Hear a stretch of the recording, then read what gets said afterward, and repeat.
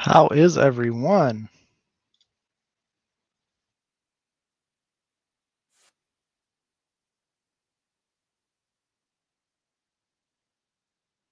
Let's try this again.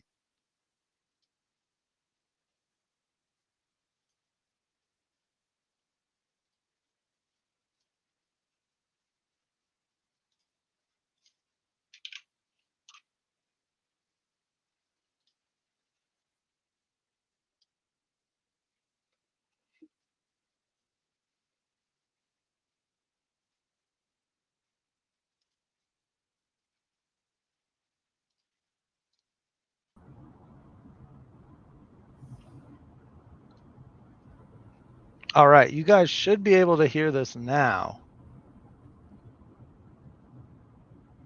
I think these flashing lights are the only I lights hope. we've really seen on the way out here. Yes.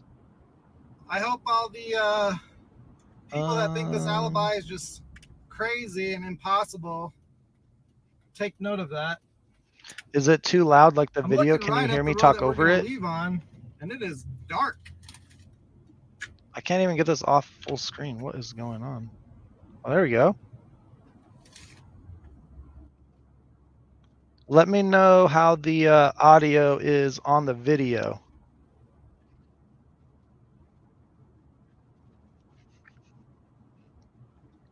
And Jeff, I did put that link in. If anybody else wants to come talk, you are more than welcome to. I'm just messing around, so we can have a good time. Oh, you are. Sorry, Jeff. It's my second time, you know. No problem, man. You're doing great. You got more courage than me. I've known how to do this a little while, and I've only been on other people's live streams. I've never done one of my own. Maybe Oh, you man, might you inspire should. me. If I could do it, anybody can do it. No, you're smart, man. You're smart. Nah, man, you just click around and stuff.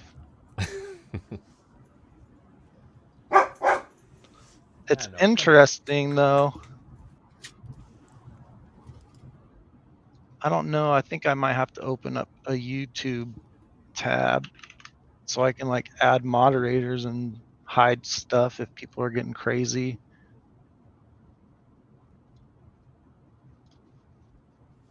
What's the quality of that video playback set to on 480. YouTube? Is that the highest it can go? What's that's what Dinky uploaded it. Set to? 480. Yeah, that's what Dinky set it up at. Or maybe it's 5. Dinky uploaded it. 480. Yeah, that's what Dinky set it up at. Or maybe it's 5. Dinky uploaded it.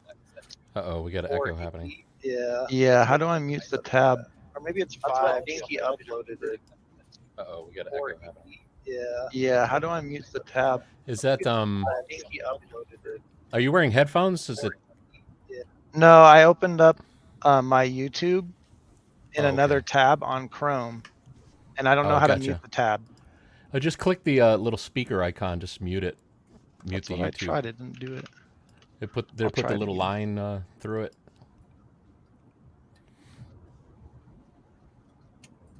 I'll try it again. Is the card coming up?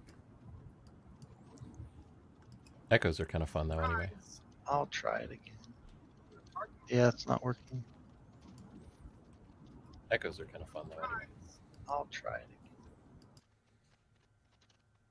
Oh, and that mutes the whole thing. I can hear you though. No, you can hear me. It's just that it killed the video. Oh, it killed the sound of the video. All I can do, I right-clicked on the tab and hit mute site. Now, here's what I learned is that, like in the settings, you have something called echo cancellation, and that helps. That helps if you're listening to your no, I have a headset on. Yeah. So we had that problem with Dinky. Oh, okay. Yeah, so it's best to turn that off and then wear headphones. These guys that I jam guitar with on a live stream, that's the only way it's going to work with your. You can't not have headphones. On a live stream that. Let's try this. I just muted the video. I think that will work.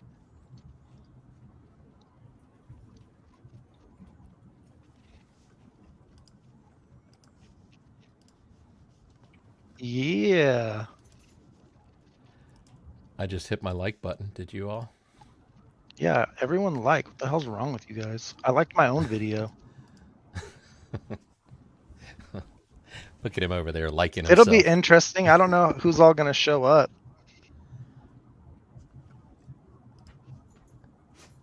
How many you got so far? You got 12. Nice.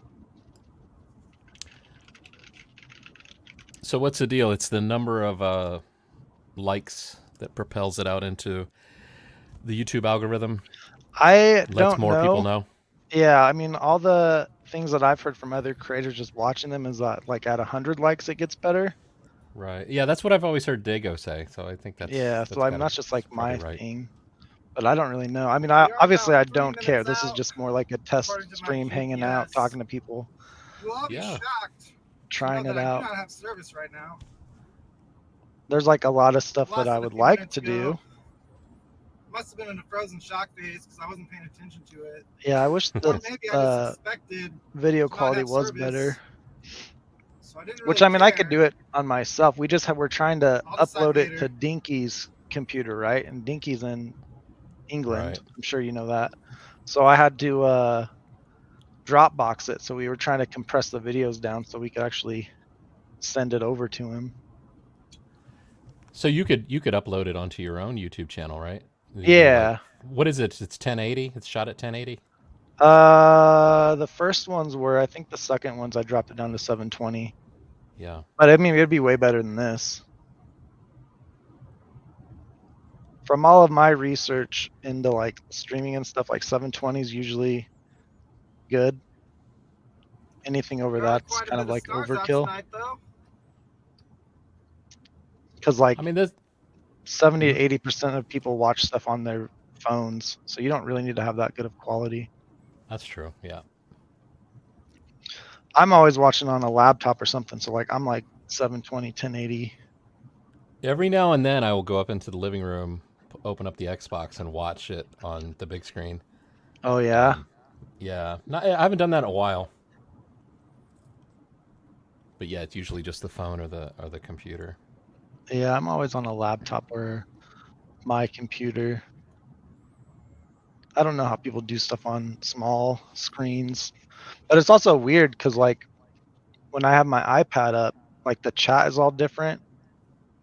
Like everything just works differently, so I don't even know how to use it. And apparently I can't tag people from this chat.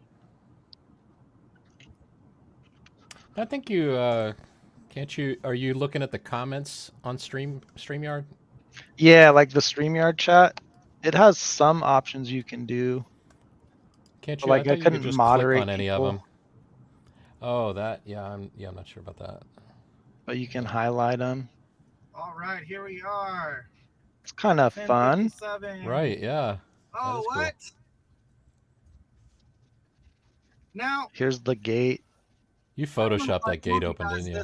I so did. I was waiting for people to be like, he had somebody drive down there in front of him and open it. Yeah. Yeah, I saw him run away. He looked just like Bigfoot. Which also means that it's not locked. Huh. I see you, Phil. I'm speechless. Except you're listening to me talk. Is that your dog? Yeah. Interesting. I'm actually not going to go into the park, though. I mean, I don't have a dog. I hear somebody scratching. Oh, yeah, that was him. But, dogs are so fun. I want one. That gate is locked and closed. Yeah, Nanook is a German Shepherd Husky mix. See if there's anywhere else down here. I like big dogs. We were blessed to get him for free because of the family that knew my wife. They were having a new baby, which was going to make number 5, I think, for them. And they were like, we can't handle a dog and a new baby. Who knows? How old was he? As long as you're not hurting he was a little over a year. Oh, that's still fun. You got rid of like the puppy monster cycle, but still kind of a puppy. They kind of tricked me though, because they sent me a picture, or my wife sent me a picture like, here's the dog, we should go see him this weekend. And it's like, okay, yeah. And so it was a taken from kind of a high angle, looking down on him, and he looked much smaller. And then we get there, and I'm like, he's a damn horse. What are you doing? What are you thinking? But I fell in love with him right away, so it's like we got to take him. Yeah, dogs are so fun. There's a bunch of puppies out walking around now, so I've been petting them. Yeah, dogs are great. I just love how smart that he is. I mean, the cats are smart too, but they don't seem to like. Cats do their own thing, man. Yeah, they're just on their own. But he, like, when I say, like, and when we're outside and we're coming in from the truck, and I'll say, "Where's the kitties?" and he'll go right to the window where he can see through the window to see where the cats are. I mean, just to be able to communicate with him, like he just understands. That's such a cool thing. No, dogs are super smart. My parents have a chocolate lab, and that dog freaking loves me. Yeah. That gate was open as well. I don't know. So what kind of dog will you get? I don't know. I'm not like super particular. I like bigger dogs, but I'll play with any of them. I'm just gonna cruise. I don't really care. I've thought about getting like a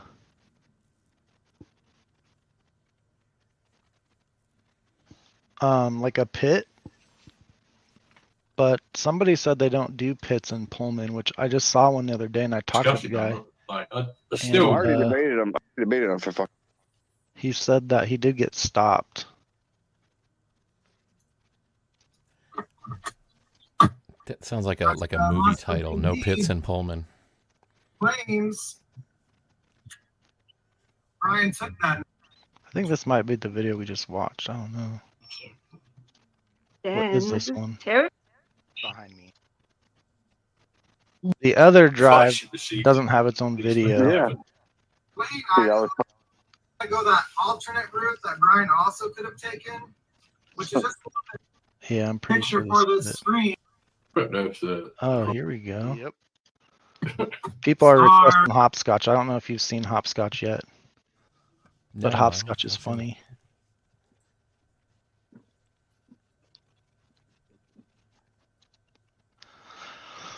Who's the woman that comes on Dinky's show that has those hilarious videos with her impersonating voices and? Oh, nothing half asked.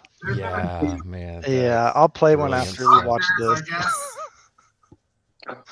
She's hilarious. So funny. Dude, it's so funny. So this one night, she and they have all those she just messaged me on Discord, and it's like, hey, I'm thinking about uploading this video. Like, what do you think? I'm like, well, like, what do you think? Like, what's it about? I don't know. I haven't seen it. And she was like super self-conscious about it. And I turned it on, and like within 10 seconds, I'm laughing my head off. So I'm just sharing it to everyone. There's no cell service down here. But where is this? And if they were to lock you in to that park or that this looks campground, backwards. Spot to turn around. Maybe this is the first night. Oh yeah, it is. Okay. Right on the other side of that guardrail on the right is where the river is. Yeah. Idaho Dock survey can continue. Let's see. I don't think it was this one. Oh, must have had a moment of I don't know what. Not when we were watching. Going to be stuck in my head all night. Oh, I'm sorry, dude. That much, and it's stuck. It's such an earworm. Crime, but every single time we listen to it, the real reason that it sucked me in so much was I get it. The reason that I was seeking out more information was because none of it makes sense, and when things don't. It is a. So like right here, I should be able to click and mute it, right? Oh yeah, here it is. The pavement is dry enough because sources close to the investigation have told me. No, I don't want your AI. What Bryan does down here for his super secret. You should hear Jeff play guitar. Well, maybe Jeff will bring out his guitar. I don't know. So hopefully. I don't know. Yeah, I wonder how well it should. Just what he does down here alone.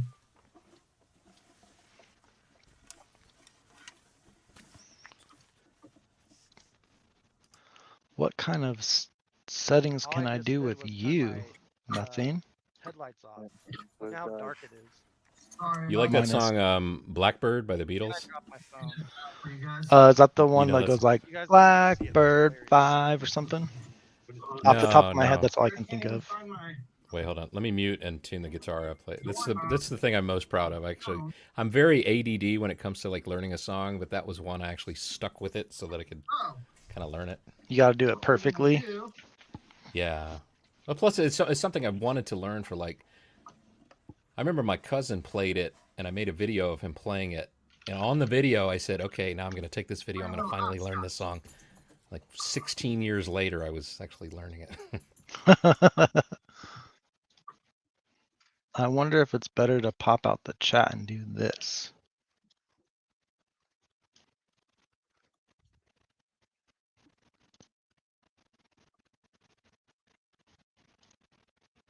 What the fuck is that? Chalk? You know how to play hopscotch, Willie? What the fuck is wrong with you? Rick Beto. A lot. I think I've seen him. That name sounds see that. familiar. Oh my gosh, Rick Beato is a god to me. What does he do? He's got a music channel. He teaches music. He used to be an instructor, music instructor out at Ithaca College. Which, interestingly, I dating somebody at the time. Used to drive up there all the time. The beautiful campus, but man, he has grown. He has had guests like Sting on. The guitarist from Extreme was a great interview. I mean, he's interviewed all his favorite musicians. It's just amazing. He does great interviews because he's so smart. I mean, he understands so much about music. I mean, so his questions are just fantastic. I wonder if I've seen him. I know I've seen a channel with a Beato looking name. But if I was watching, it was probably like a drum channel. You're a drummer? Amateur. Yeah, cool. I cool. drum on stuff all the time, but I don't have a kit. Yeah. I was taking drum lessons with my my son. We were taking drum lessons from the guy who plays on that old song by Starland Vocal Band. It's a song called Afternoon Delight. So that's one of his songs he's known for. Afternoon Delight? Yeah, but you know what was the coolest thing? My son was taking lessons with him, and then I thought, you know what? I'm sitting here while my son takes lessons. I said, if the lesson before or after him should open up, let me know and I'll take it. So that way he takes a lesson, I get a lesson. So I'm in a lesson with him, and all of a sudden his phone rings, and he looks down. He's like, "Oh, can I take this? It's a text message. Can I check this out?" And he showed it to me. It was a text message from Alex Van Halen, showing him because he's got friends like in the business because he used to he played with Bob Seger and all kinds of big names. But he slipped and fell in a restaurant.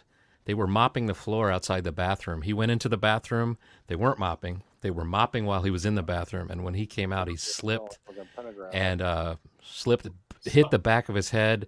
And now he walks with a walker and has, I think, no. He can still play, but he doesn't have use of, I think, one leg is like he used to. But so he teaches out of his home. He's a great teacher. He's a great guy. No, that's scary. I went to a football game a few years ago with my friend and his brother and some other people. And after the game, we stopped at a bar, and his brother kind of drinks a lot. And we were sitting there getting ready to leave, I think. And his brother was like drunk at this point in time. And he was standing there and just literally passes out standing there. Falls back, hits his head. You hear like this loudest donk of his head bouncing off the concrete. And he was in the hospital for like a month afterwards.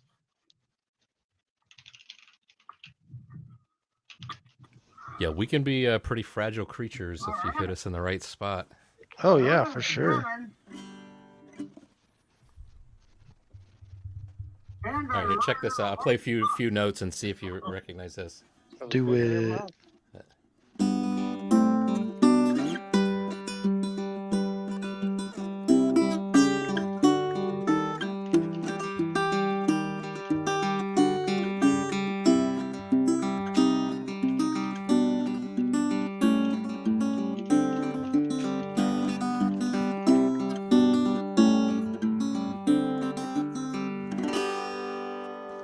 Isn't that the song where they go Blackbird 5? I know that song. Oh, okay. Oh, yeah. The chorus is. I don't think he's saying 5 though. Oh, maybe it's not. But it's like blackbird singing in the dead of night. Yeah. Take these. I'm not. I haven't sung in a long time. I used to sing a little bit. Ever since I've been coming on like Dinky's channel and stuff, my voice has just been gone. Yeah. I think you, Dinky, and Willie work well together. It's a fun time. I always enjoy listening to you guys. I know we're not always in agreement on everything, but that's okay. That's Man, cool. we don't have to be. Still compelling stuff to, makes you think. If all you do is surround yourself with people that think the same as you, then you really don't think that much. You just like, we're still in agreement. Yeah, you're just regurgitating what people tell you. Yeah. When somebody says something that's different than what you think, it causes you to think, which is a good thing. How about this one? Let's play Name That Tune. Here you go. Ooh, do it. Stairway. Yeah. Jeff, I don't know if you know this about me, but I love Zeppelin. In fact, on one of these night trips down to Wubble, I was listening to their third album in my earphone. Yeah. Yeah, that's good. That's great road trip music. Yeah, I've got all their albums. You can't go wrong with Zeppelin. How about let's see.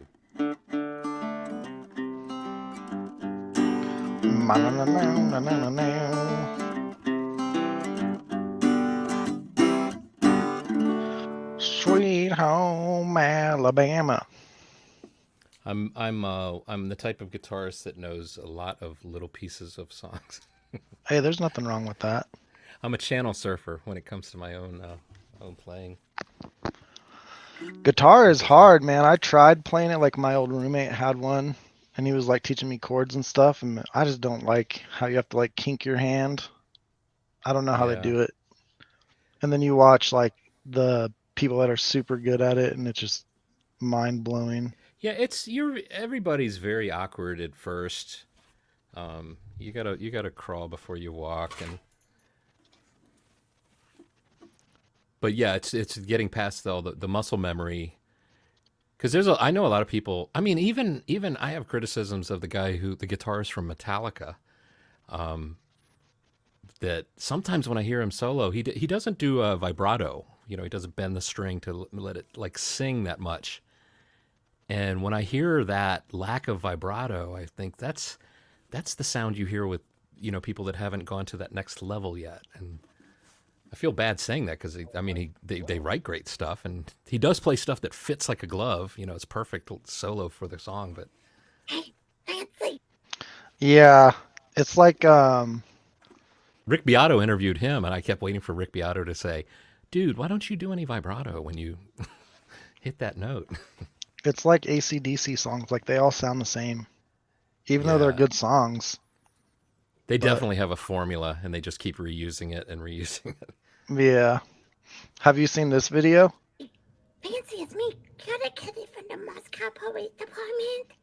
Oh, Mr. Bear Thompson, he was so mad. He seen your friend Twizzle Stick. He was doing the hopscotch. Oh, Mr. Bear Thompson was so mad. Scowy, scowy, scowy. Keep watching Fancy. Her videos are funny. That's hilarious. We need more. Nothing. We need more. I don't know. What does everyone want to do? I think everyone can hear me. Here you go. Oh, do it. Go. Here you go.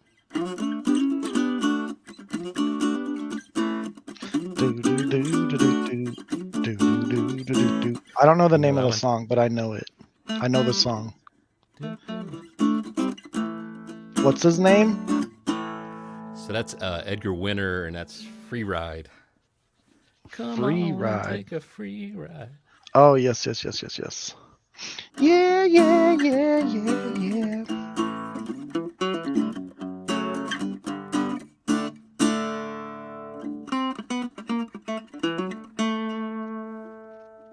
Well, you are Yeah, pretty good, sir.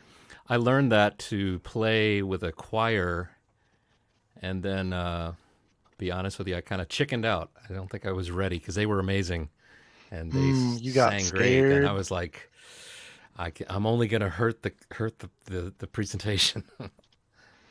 But Don't get they were scared. doing it was a choir version of like all these 70s rock songs. They had like Journey and Toto, and I think there was even a Queen song that they dropped because it was just a little too complex for the vocal parts. But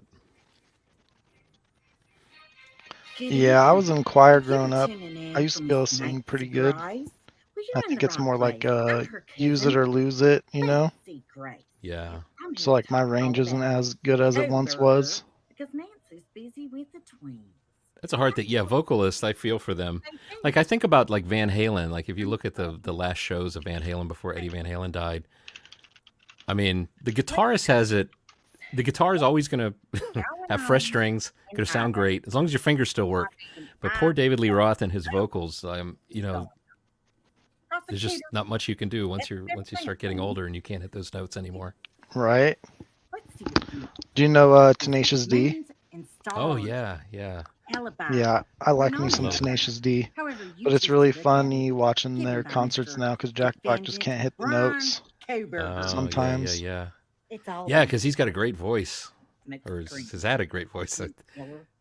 Yeah, those high notes. I love that saxoboom thing he did on. Oh yeah, that's one of his old things. Man. He's been doing that for years. I learned the melody from that saxoboom on the guitar, and I can't remember it because I just thought that's so cool. Like boop boop boop boop boop boop boop. Yeah. No, it's funny. We went to their concert in San Francisco. So like, have you ever seen their movie, The Pick of Destiny? Yes, yeah, I love So right when that movie was coming out, they were going on tour, right? And they didn't have anything close up here in the Pacific Northwest. So we had to drive down to San Francisco to see their concert. And then they added one up in Seattle. But we went and saw them live in concert and then came back to the west side where I grew up, and we saw The Pick of Destiny like opening night. Wow, cool. What's up, dedication Moonvale? right there. Yeah, it was crazy. This guy's a psycho. I actually just watched their Gabriel concert in Seattle was because I kicked guess out they of school, recorded that one. Kicked out of his house. He was kicked out of life. He's a loser. Do you like Tool? I've listened to some of their stuff. Like their stuff's good, but I've never been like one of their crazy fans that they have. What she did to that baby. Yeah. Yeah, they're Jogging it, not. their songs are to sit back and listen, and you got to set some time aside because they're slow to build up. And there's a couple, like there's a song called the Pot that I can still remember when my friend let me hear that in his truck, and I was like, it's got a what do you call it, a false ending where you think it's the end of the song. Oh, like, yeah. And I remember telling him, it's like, dude, that was a cool, and then it kept going. It started back into it. It's like, oh, it's not over. Oh, this is great. 19 sources, or it may be in that band. Yeah, some of those songs are so funny how they do that. There was a woman. But I mean, they have like a Perfect Circle. Kohberger They're singers in a couple of bands. Oh, right. I watched him on Rogan a few years ago, which I thought was pretty interesting because at the time I was living in Arizona, and I guess the lead singer has a wine winery farm or whatever. Yeah. We found one of them. Yeah, it's pretty cool to see. Go. I mean, you see him on stage, and then you see him out in the, on a winery. It's like, wow. Yeah, that's pretty interesting. Sometimes What's up, Natalie B? I gotta remember to like read chat and talk and manage videos. Look, it's obvious to me. I work for the Will give me like a street C minus Yeah, for the you're stream like, tonight. Yeah, you got to be like air traffic control. And then turn it going the It's wrong crazy way, in and, here. Then, What do you think, Jeff? put You think back it's in gonna at the go to wrong a trial? I think so. Yeah. And I've been watching the Chad Daybell trial, and a couple things that I wish we had in the Ida and in the Kohberger case. That judge, I don't know. That judge seems to be so confident, makes a decision, moves forward. Now, I don't know. Maybe it's just because the trial's going. I don't know prior to the trial, but you know, Judge seems a little Law enforcement techniques. it's you know, just, Alibi schmalibi. I don't know. I'm no legal expert, but it sometimes feels like he's asking them, how do I do my job? How do I, Right. what, you know, what do you want me? What would you like? What would you like? I mean, he's not a waiter. He's a judge. You know, he's not, you know. But I don't know. I guess I think about like remember the Darrell Brooks trial? Now that judge, I could tell she was doing everything in her power not to say anything that would, I guess, cause or be the cause of an appeal. So she was very Let's see what I have to say. you know, she just wanted to scream inside and just Right. let him have it. But I never watched that one, but I've heard it was crazy. oh my Because gosh, Darrell he was Brooks is so kind out of crazy, you control. know. Definitely. I haven't watched a lot of trials or anything like that. I watched some like older stuff later on, you know. Professor McDougal, Yeah. you're up. What do you watch? Like, do you watch any of the OJ trial? I know a lot of people were talking about that when he passed away recently. But No, I was young when OJ happened. When did it happen? Like 92 or 94, something like that? yeah, I think so. I can remember on the news, you know, seeing the white Bronco going down the highway, and This computer knowledge, man, talking about. But I was but I don't know. born You know, in- it's going to be, you know, I mean, prosecution has its experts and defense has its experts. It'll be, I guess, experts against experts, and Right. it's, you know, there's so much that we don't know.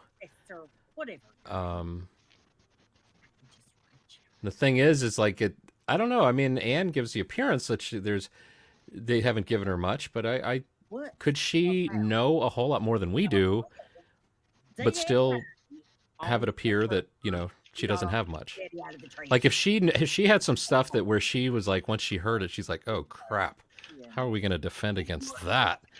Which she wouldn't reveal that to the public. So I don't know. Yeah. I don't know who's got the best hand in this poker game, but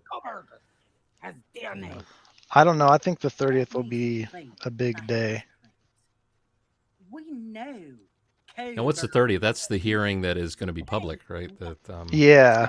So the 23rd, I think they're just having one person come in and present testimony because they're not available on the 30th. But the 30th, I'm pretty sure will be Cy Ray, Bicka Barlow, and then Leah Larkin. And Leah Larkin and Bicka Barlow are the IgG, the DNA stuff, and then Cy Ray's going to be cell tower stuff. But he also is a police, like he was a police investigator, so he might go in deeper than that. I don't know. I'm just excited to see it start moving in a forward direction. You know, just Right. Let's start doing something. For sure. Kind of agree with Steve Gonsalves. It's like, you know, we can sit here forever and wait till it's all perfect. We've got everything we want and need and how we want it, and or we could, you know, just start. Let's just go. Yeah, I mean, I don't watch a lot of trials and stuff when they're going on, but from what I've seen, a lot of the, especially like the capital cases, like they take 4 to 5 years before they even go to trial. So like it seems like it's taking a long time on this one, but at the same point in time, like it's also kind of fast. Yeah. I can't remember when the crime happened in the Chad Daybell trial. That was quite a while ago. I mean, I've been watching documentaries and following that for a long, long time. I can't believe it's, you know, the Lori Daybell trials happened already and done, and that's some pretty compelling stuff, though. They man, the religious stuff that they believed, and it's just insane. Can you imagine us like getting together and saying, "Hey, you know," and I'd be saying this to you, and you'd be very interested in it. It's like, okay, you know, I have this power to tell whose spirits have gone dark and who should die, basically. Right. And And then you over there, Zulema, you're the one who I've convinced can create earthquakes and control the weather. So when we do this thing, be sure we have a sunny day, and we, it's just nuts. It's just, were they in like a cult? well, what they all came out of the Latter-day Saints church, but they definitely kind of went off in their own direction with regards to deeming this person dark and that person light, and having a scale to tell how dark they were, how light they were. I mean, they justified killing Lori's husband because he'd turned dark and he was no longer himself. He was possessed by someone named Ned. So when they killed him, they were killing Ned. They weren't killing Charles. Charles is already gone. And so, and that's the type of thing when they truly believe that Charles is already gone. Charles is up in heaven. The body is possessed by Ned. They didn't kill anybody. And then that's why she can, with a straight face, when they ask her, where are the kids? Where are the children, Lori? She's like, they're in a safe place. Yeah, you believe their spirits went to heaven and their bodies are in the ground in your new husband's backyard. That's just who was nuts. that other chick? Ruby Frankie or whatever. They didn't kill their kids, but they were definitely abusing them. That was like kind of the same thing, like a religious thing. She was trying to say that her son, her son needed to stand out in the sunlight to clean himself or whatever. Right. What's up, Sherlock? Yeah, I don't know, man. Religion gets people to do crazy stuff. Like, I mean, and the thing is, see, I'm not an LDS member, but I go to the LDS church because of family members. Mm-hmm. I mean, I lived next door to a Baptist pastor, and learned a lot from him, and I can't help but compare like the stuff learned in the Baptist church with I don't know. I shouldn't say too much about it, but it's the thing is like that belief system went a little off the rails from what mainstream Christianity teaches.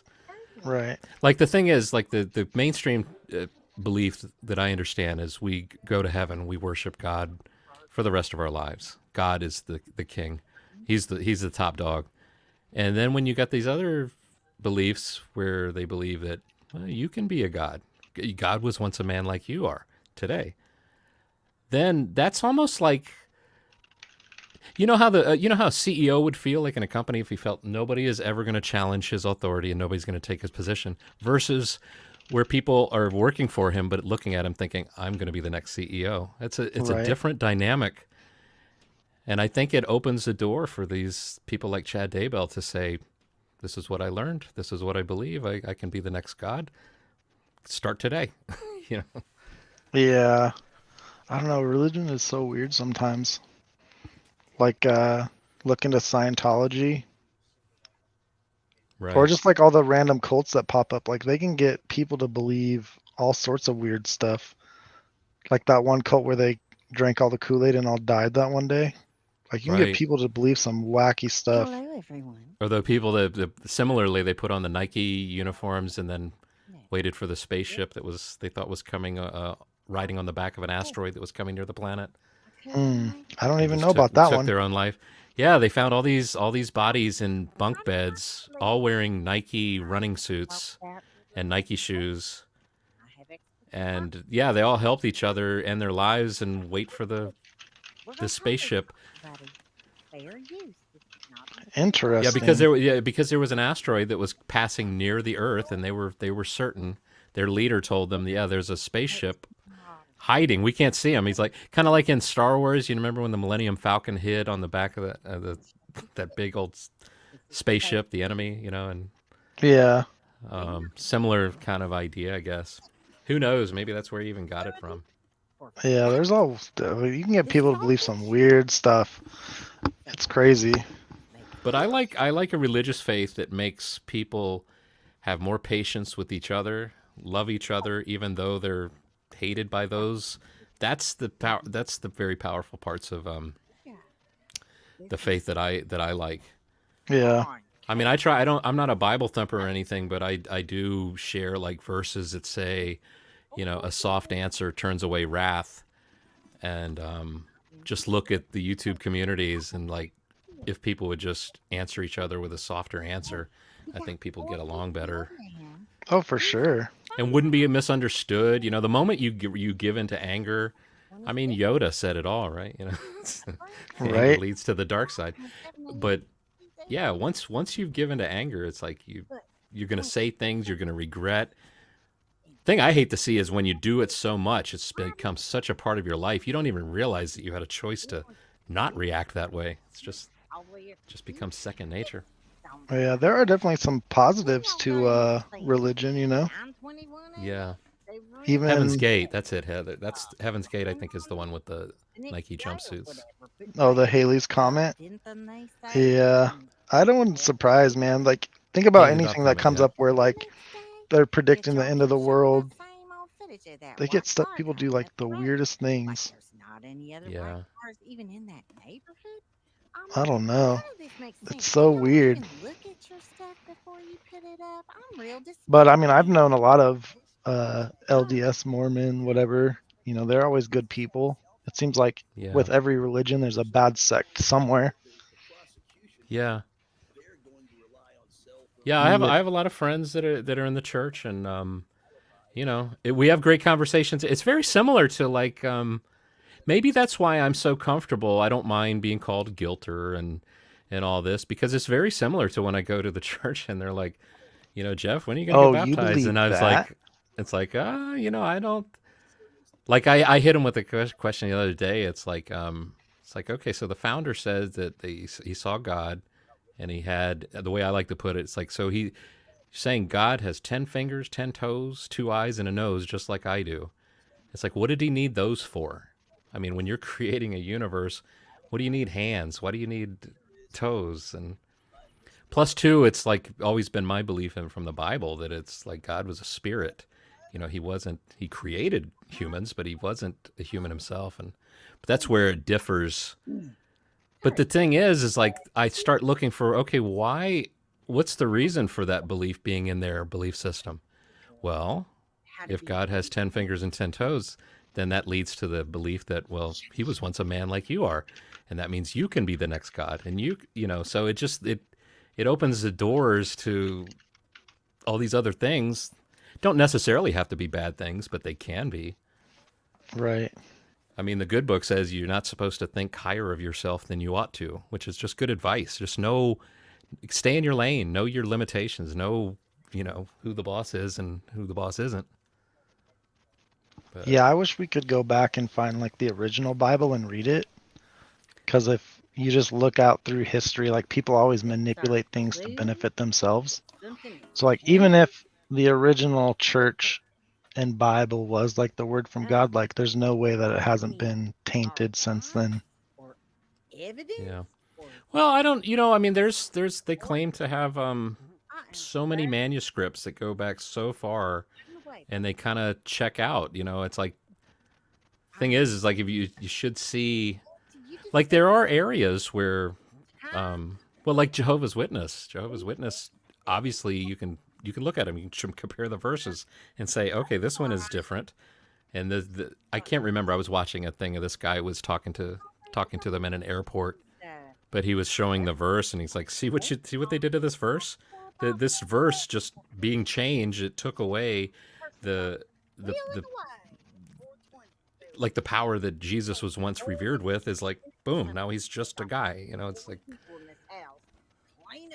I don't know. But it's I guess that's why a lot of it just has to be taken on faith, because there is no, none of us until the day you get a DeLorean, Twiz, and you got a DeLorean and you want to get up to 88 miles, I'll go with you, because I'd love to go back. That'd be one of the first places we ought to go to. Right. We'd come back to today. Hey, look what we got. It's copy the original Bible. The original one. Yeah, I think was it the libraries in Alexandria or whatever that burned up? That was supposed to have a lot of old documentations. Yeah. In Egypt or something. I don't know, man. It's just so crazy. Yeah. But I just look at religion even since, I've been alive.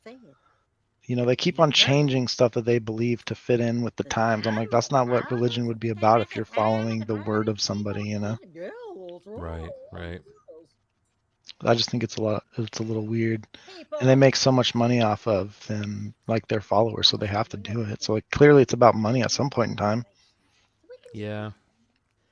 Yeah, everything is. It's what like what the good book says, it's like it's not that money is evil, it's the love of money is the root of evil. That's what it says.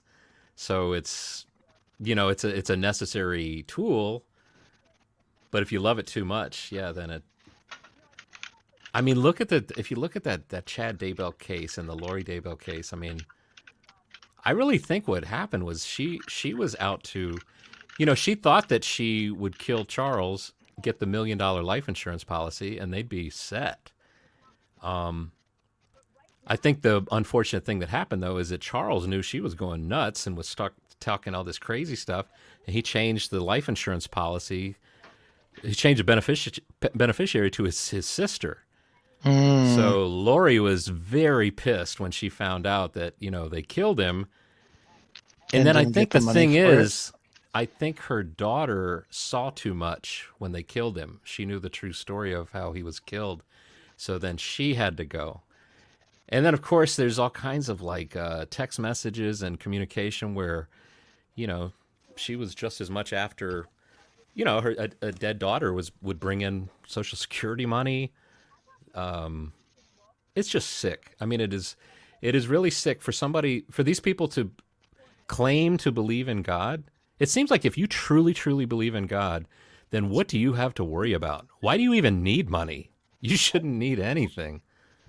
You've got if you're in God's back pocket and you're mano a mano with the big Lord, why do you need money? Why are you concerned about money? So clearly, I mean, there was clearly double things going on in their brains. Yeah, it's really hard to tell what they really believed and what they pretended to believe. But I don't know much about that one either. I just know those were the people that killed the husband, killed their kids, and flew out to Hawaii, right? Yeah. Yeah. Yeah, and he killed, he's allegedly killed his wife, and then was getting married I think less than 2 weeks later in Hawaii. And the thing is, he was talking about that she was going to die to people. He was telling them, she was going to die, and it's such an amazing case though to watch in the courtroom because they're trying to make it sound like she was not feeling well, she was sick, and I mean, that's pretty obvious to me. I think that it's just all complete lies. She was going to Zumba classes. She was very physically fit. She was healthy. Yeah, it's pretty obvious what is going on. Actually, too, what's funny, the defense attorney was talking about, Chad Daybell's wife, and but he didn't refer to it as when Chad's wife died. He referred to it as the murder. So he's supposed to be there defending Chad Daybell, because they are claiming his wife wasn't murdered. She just died in her sleep. But he called it, I'm sure it was just a slip of the tongue, but, or a Freudian slip. Maybe he really does know that truth. Right. But yeah, it's a good case, man.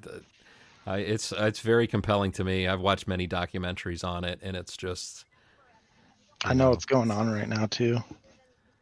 There's just so much. Yeah, they had some police investigators on the stand today testifying. Is that trial going on in Boise? Good question. Because it's in Idaho, right? I'm not sure. Yeah. Yeah, it's amazing when you go to the documents on that website. It's like you scroll past Chad Daybell, and then here's Kohberger. It's like, wow, what's going on up in that state? Kohberger and Daybell might be half of that whole page. Yeah. It's like there's other parts of the country. You don't have to do it all in one spot. Yeah, I don't know, man. There's some like weird stuff that go on in the Pacific Northwest, just in general. Yeah. Like we have like all the serial killers are from here. It's weird. But like we have the Christ Church in Moscow, right? I'm sure you've heard of them. Right. Yeah, I've watched some of their little piece of their like the pastor's sermons just to kind of get a sense of if they were kind of where they stood from what I've ever experienced. So I'm pretty sure I hung out with them when I lived here before. Really? Like hung out with some of them. Some of the church members, or Yeah. Yeah, because I knew a lot of the Mormon LDS people when I lived here before. And I went to Moscow and like hung out at a couple churches, but I don't remember what they were, Right. now, but it just kind of makes sense knowing some of the stuff that they believed and thought.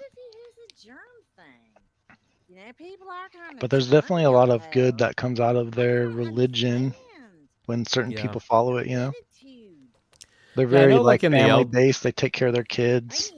Right. They don't have a lot of like drug and alcohol problems, I think. Yeah, we have actually I think even tomorrow I've got scheduled a couple missionaries are coming by just to hang out, and I would guess truthfully to try and convince Jeff to come join the church. I enjoy the conversation. Like I said, it's not that dissimilar from having conversations about the Idaho case, and everyone wants to label it. Yeah. I don't care if people think that Bryan did it as long as they have an open mind. Just like I have an open mind that he did do it. Right. Like show that people should follow what the evidence is, not what they want to think or believe. Yeah. Yeah, we can only know as much as we know. But I know there's certain elements where I kind of run it through my brain and I'm like, well, and then it's like what's that show where they said, is that your final answer? It's like basically you feel like, okay, where do I stand on this? Be a millionaire? Where do I stand on this? Where do I stand on that? Why do I stand on that? And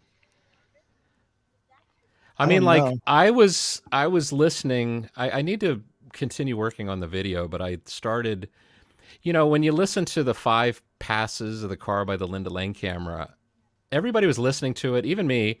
It's like, okay, wait, the first pass is right around this time. I'd listen to it.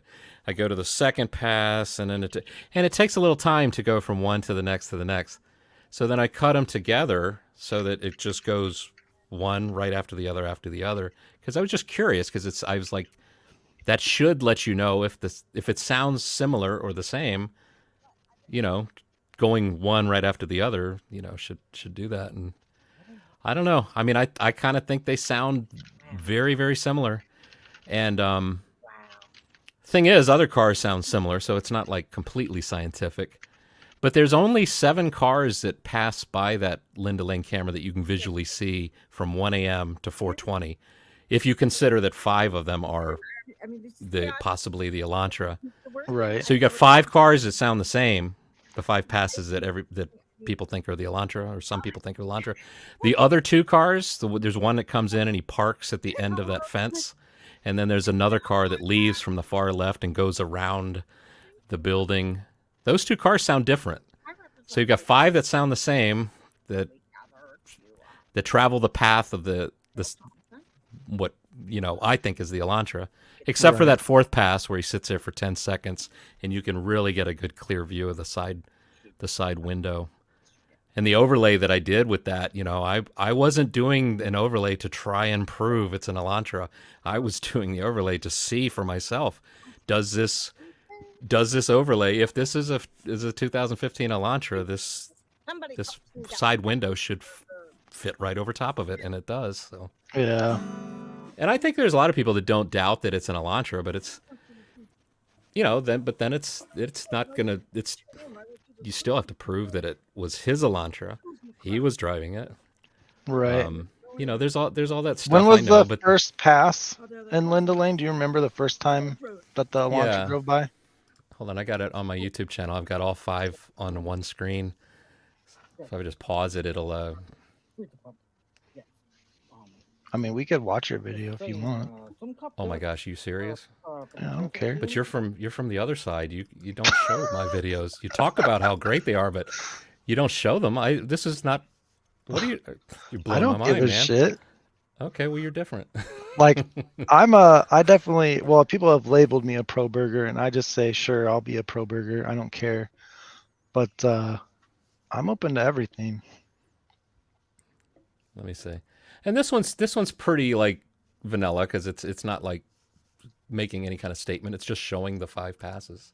Right. So let's see. So I should be able to share this tab off. So this is called All 5 Elantra Passes by Linda Lane Campbell. Oh, I should probably watch it so I give you a view, and then I can bring the audio in, right? Because that's kind of what we're looking for. Well, that's okay. I mean, it's got a lot of these videos. I'm amazed it's all the views. I didn't intend, I only put these videos up because I used to I still do, love going into live streams and everybody's having a conversation. And they're having a conversation about things that are visual. And I'm an editor, video editor. It's like, well, I need the visual. So I would provide the visual. Most of these videos a lot of the earlier ones, I made them for T-Rev show. And then he'd show them. And then I'd be like, well, I got to do something with them now. I can't just let them sit on a hard drive. So I put them on my YouTube channel. And there they sit, and people still keep going to them. So it's kind of pretty cool. So here's the 5 passes and the time. So 3:30, 3:39, 3:56, 4:05, and 4:07. So 3:31's the first one? Yeah. Yeah. It'll be interesting because the alibi says that Bryan did go to the park that night. And the only way that he could do that is if he went before the crime. And if he went before the crime, there's no way this can be his car driving around the house, at least at the 3:30. Because they think he's at the park at what time, do they say? Well, they don't say it exactly, but the last time they see him on camera on WSU campus is 2:53. It's about a 25 to 30 minute drive to the park. So that would place him there, right around 3:20, 3:25-ish. And if he drove to the park and just turned around, he could get to the house right at about 4. But that means every single time they're seeing a white Elantra from 3:26 on, it's not his. Now, if he didn't drive towards the park, do these times make sense from the time he left the house, the time he'd be showing up over here? I'm sure they do, because they probably wouldn't document them if they didn't. Yeah, I mean, it could be, because if he took a left, that's the other thing that irritates me, is because there's 4 cameras on the corner of Stadium Way and Main Street, or 270, which is the highway that goes between Moscow and Pullman. There's 4 cameras on that road, and they don't say that he took a left. They say he drove down towards there, which leads directly to Moscow. But no matter what, they should have him on camera driving by to go to Moscow. Now, I'd be curious, because I emailed the Idaho Department of Transportation and asked them the question, like, which cameras record and archive and which cameras are just live so that they can pull them up to direct like an ambulance to, which side of the street to go to save time. Because I think there's some that are, that don't record, or just live cameras. So I'd be curious to know, like, how many are there that archived, and did they get the archives? Yeah, I mean, it's weird. Because the thing is, I mean, I got to admit, if I liken it to like the Macy's Day Parade, right? You got this Snoopy balloon is passing, 43rd Street, and then it switches to another camera. Now it's at 44th Street, now 45th. So it's 3 different cameras I'm looking at. Now imagine it's an Elantra. If the police, law enforcement, have the ability to pretty much chain together cameras, so it's like that, like, okay, wait, well, we just saw this car at 43rd Street. Now it's at 44th. Now it's at 45th. And if they can continue to do that all the way to Albertsons, where he steps out of the car and goes into Albertsons, then I would, as a jury member, would be pretty compelled and convinced by that. Now, certainly they're not going to have it every moment. Right. But what would be the largest time gap between, one and the next, So. No, I agree. Can you see the screen? Yeah. Oh, the map. Yeah. Okay, so this is Nevada Street, right? This is where they say that he heads towards this road. You need a bigger cursor or change the color. No, I'm I just know everyone referring back says to that. I need to earlier. learn how to do it. I'm just kidding. But they say they have him at 253 turning this way, but they don't say which way he turns right here. Now, he'd go left to go to Moscow, or he'd go right to go through Pullman. There's 4 cameras on this road. I walked down there a couple weeks ago, and I took pictures of them all, so I know that they're there. I also think that you can probably see this intersection from the camera facing down. So there's probably at least 5 cameras that hit this intersection, and they don't say anything. And then there's also 3 cameras at Bishop that he would drive through if he went to Moscow. And that's not mentioned on the way off campus, but at 5:25-ish when he's coming back, they show him on camera here.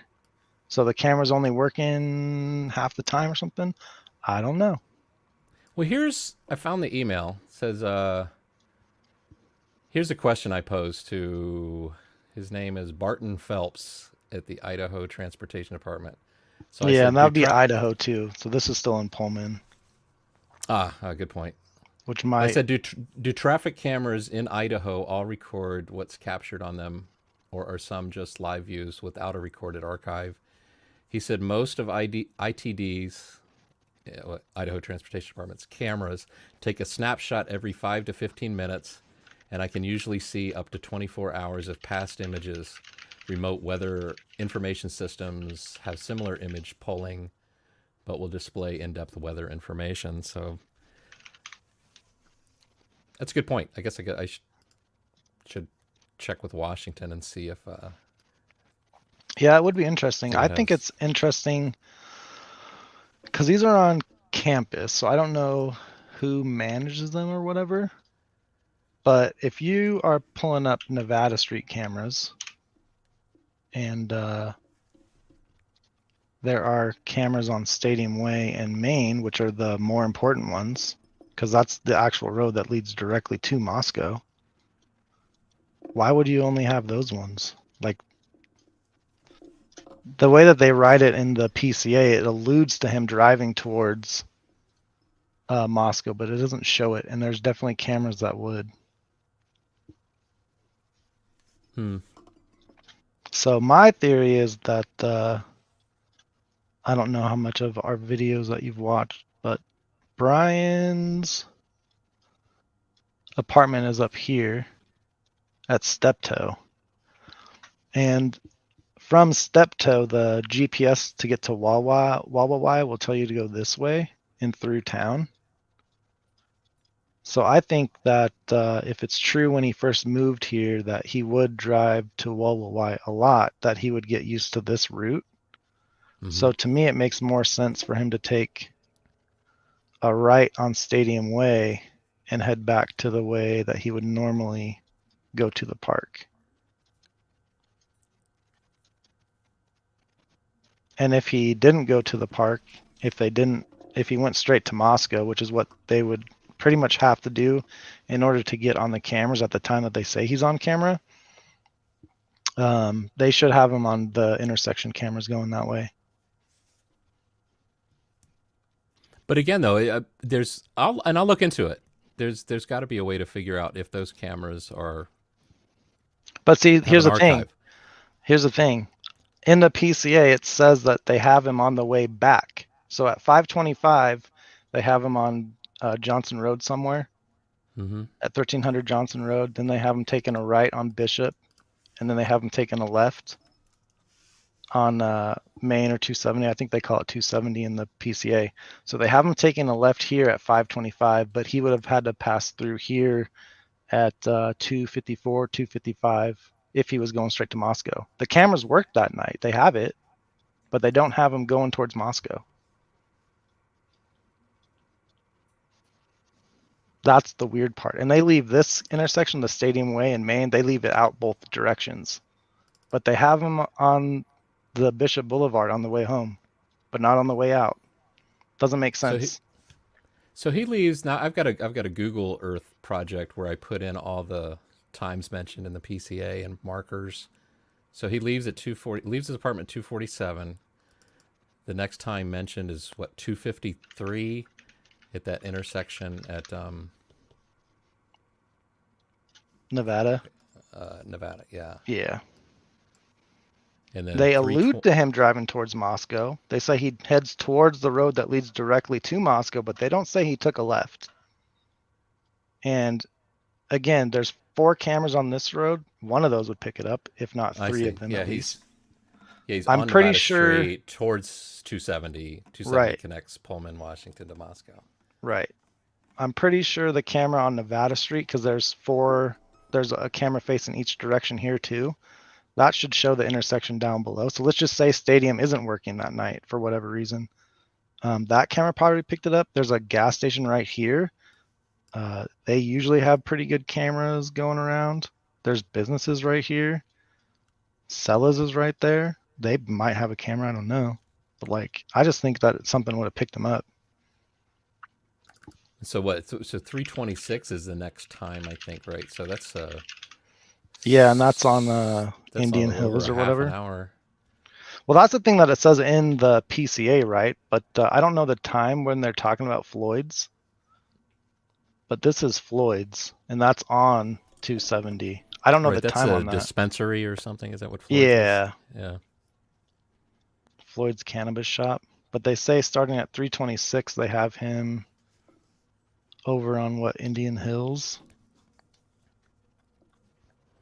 And I'm sure you noticed, like, Indian Hills overlooks the Moscow Police Department from in between those 2 houses, right? That's a Moscow Police. I know. I've heard. I think Daniel at Drunk Turkey Show had a theory that maybe he was aware of the number of police cars they had, and you could kind of gauge like police involvement in whatever area based on how many cars were at the police department. But I don't know. It might just be an interesting coincidence that a police department is within view from, a high. I mean, it's a small town, and it's on at least one of the main roads through town. The police department, Yeah. Because, like, here's the road that you drive into from Pullman.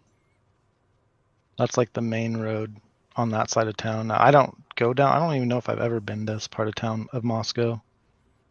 Now, you're good with the map and moving around on the map. I don't think I've always wanted to do, like, a video, like, going through each of these times to actually visually see it go from point A to point B to point C. Have you ever done that in Moscow? Or like just walking through the PCA from the times that are mentioned and just see, you want to know something really make funny? Sense? You've already got it. No, I'll just show you something that's really funny. Oh, not that one. That's not what I want. I'm trying to figure this all out on Chrome now. But if you look at the PCA on the map of the route that they say that he drove, none of those roads exist. If you look at Google Maps and you try to trace this route, these are not roads. Like, these are fields.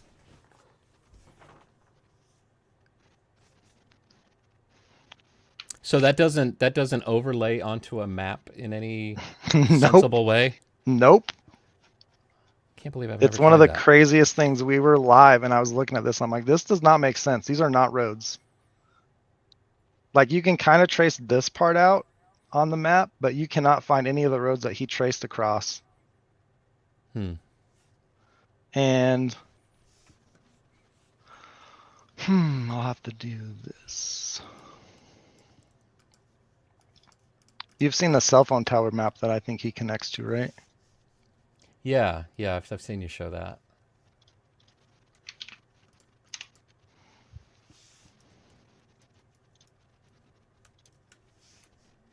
So this is where I think he connects. But if you look at this road, it kind of zigzags, right?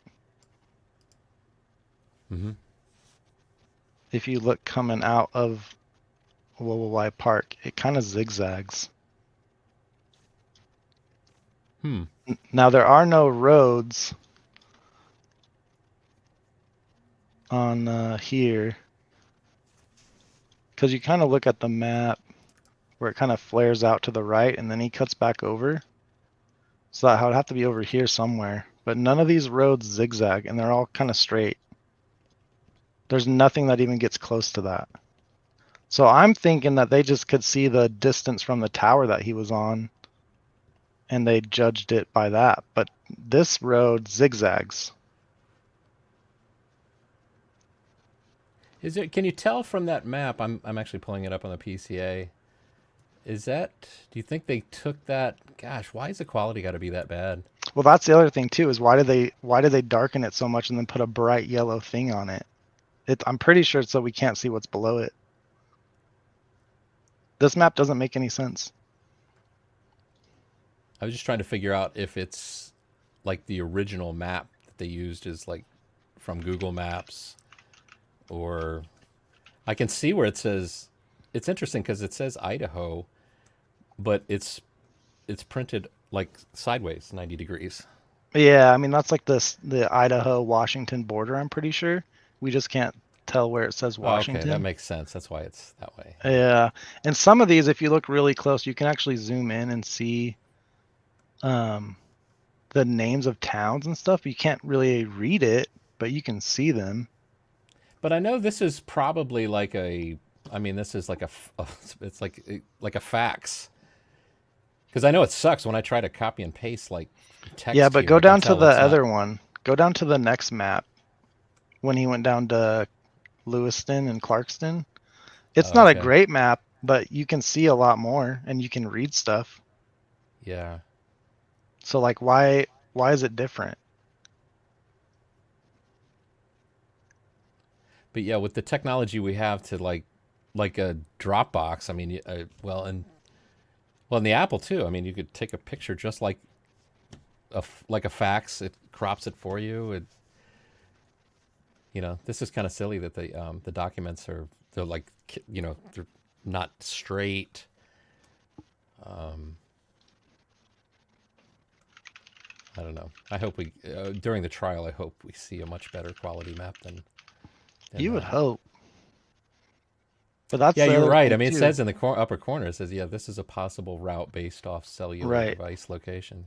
Yeah, they're just looking at how far. Do you watch Thought Riot at all? Oh, all the time, yeah. Yeah, so you know how like Brendan talks about like all they can tell from the tower is like the RTS time or whatever, just like milliseconds for how long it takes to connect the tower. So they can kind of have like a general distance from where you are from the tower. Like I'm pretty sure that's all they could tell on this map to try to see where he was. But like he'd literally have to be driving through people's fields in order to drive the route that they're claiming. They didn't even match it up to roads. What is Angel D saying? Do it, Jeff. You're a guilter. Do it. I don't know. What is? You're a guilter. Do it, Jeff. Damn it, Jeff. Why are you being a guilter? Then Oh, she's probably talking about the road. She talks about like a route that people took. Yeah, let me. But I can't find the road, so I don't even know how to try it out. Well, I mean, it seems like if you can find like 2 points that 3 points that line up on this map, you should be able to register it over top of an actual map, I would think. Yeah, it's pretty interesting. Let me see. Let me blow it up and take a still. And there's a lot of stuff on the PCA that just doesn't make sense to me, at least. I don't know.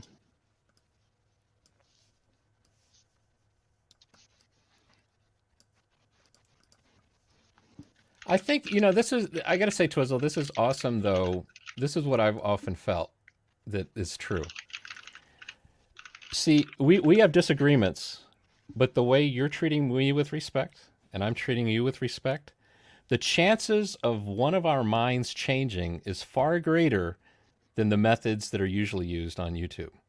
Oh yeah. The blocking the other person, calling We're them talking names, over or them, muting them. Guilter's fine. I've been called worse. But, when you do that, it's like, then you come home. It's like, hey, how did it go at work? Bashing everybody on YouTube. Do you make any friends? No. Right. I wonder why. No, I mean, I encourage the haters. Like, come debate me. It'll be fun. Yeah, you did great As long on. as people are I cool. heard you on Drunk Turkey. You did great. You held your own. Where was there was somewhere else you went? I just thought it was pretty cool. I've been on MJ recently.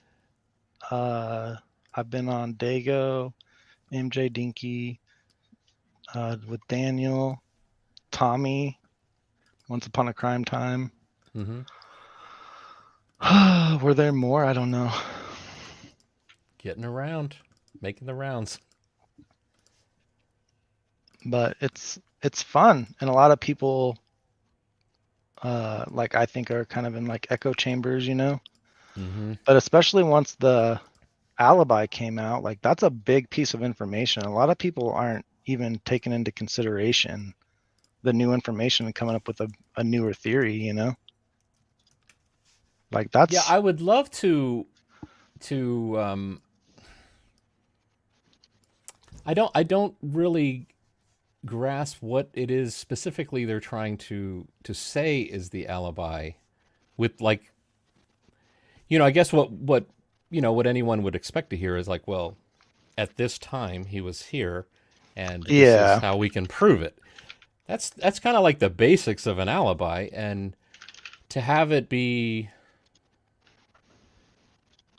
I don't know. There must be a reason. Lawyers don't. Yeah, lawyers don't just spit out words. They are chosen carefully. They are focus grouped. They are checked with each other. I interviewed a Holocaust survivor a little while ago, and shot an interview. I didn't do the interview, but I shot the video. And he is argued in front of the Supreme Court 28 times. He was part of the Jimmy Hoffa trial.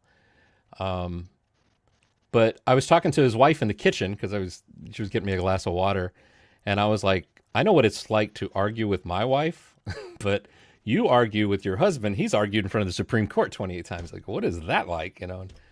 Actually, it's interesting because she didn't really take the bait as like I'm just being kind of joking around. She kept it serious, and she said, "Oh, he's an amazing man."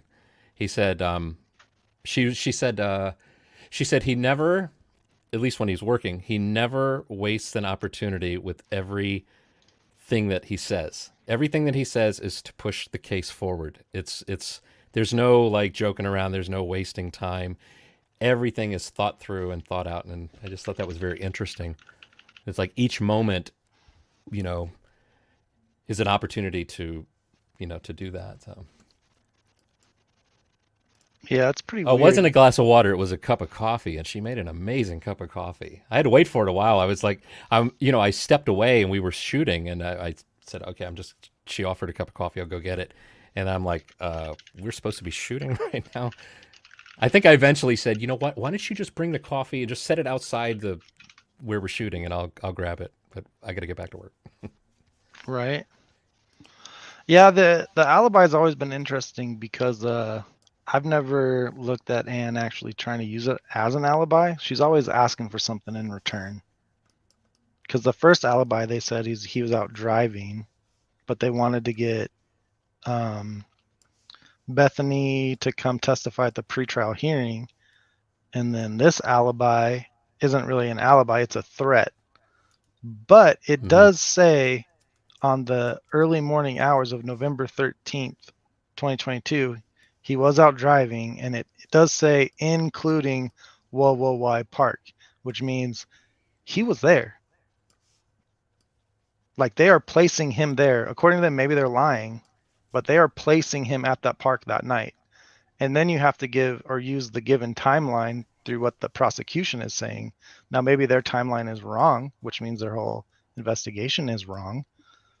But with their given timeline, there's no way that he could go to the park and at least be on camera driving around Moscow before the crime. He could drive straight to that house and maybe get there right around 4 and do the crime. That's possible. But then everything that they say with him driving around Moscow doesn't work. And they do say they. Do you have the? Yeah, the the alibi statement? Yeah, it's pulled up. I kind of have it zoomed in on like the paragraph that says it. But it says including Y Park. Now the threat Right. is Cyray will prove it if you don't hand us over the discovery. That's the threat.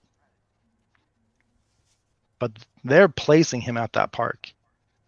And it has to be within the times of him leaving Nevada Street at 2:53 and coming back on Johnson Road at 5:25. Now, why did they choose the words early morning hours unless they didn't want to get into discussing what is believed to be the time of the crime specifically? Well, I mean, the time of the crime was the early morning hours of November 13th, right? Because that was... But I mean, that could be like 3 a.m., 4 a.m., 5 a.m., right. 6 a.m. No, I mean, they're 7 keeping it a.m. vague. Yeah. They're definitely keeping it vague. But that's what I'm saying. Like, I think Anne's playing chess while these people Yeah. are playing checkers. If they can prove he was at the park, I don't think he did it. I don't think it's possible for him to. And why would you turn your phone off Right. an Yeah, hour you can't- before the crime but turn it on 20 minutes later? Like, none of it makes sense to me.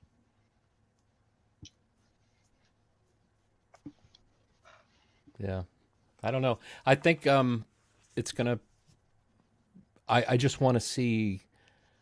Because there's more than we know. That's the stuff I, there would I have want to to be. see. I would There's got to hope. be. I would hope.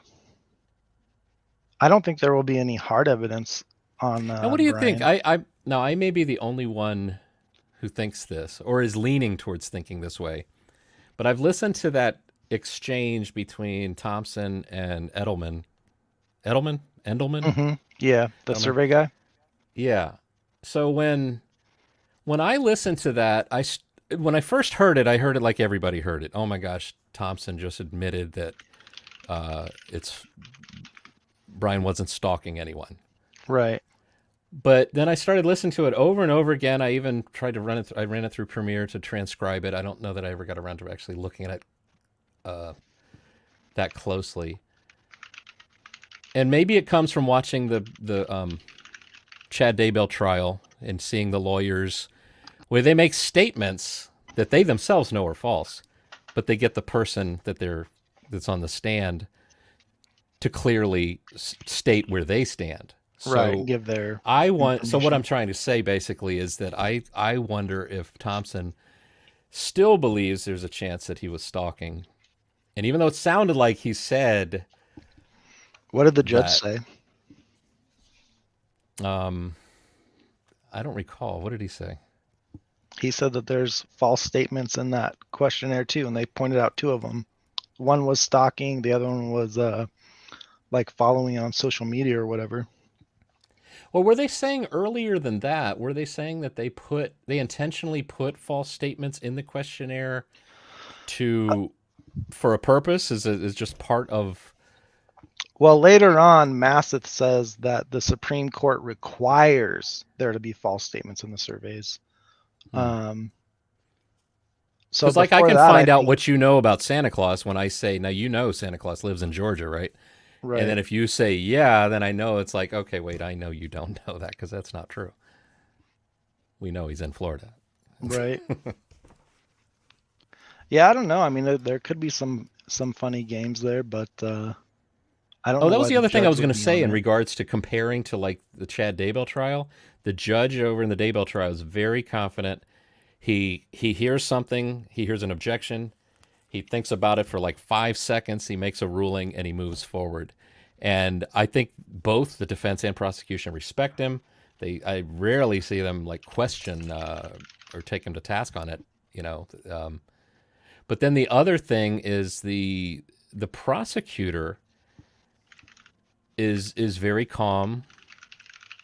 I don't like that much seeing Thompson get, upset.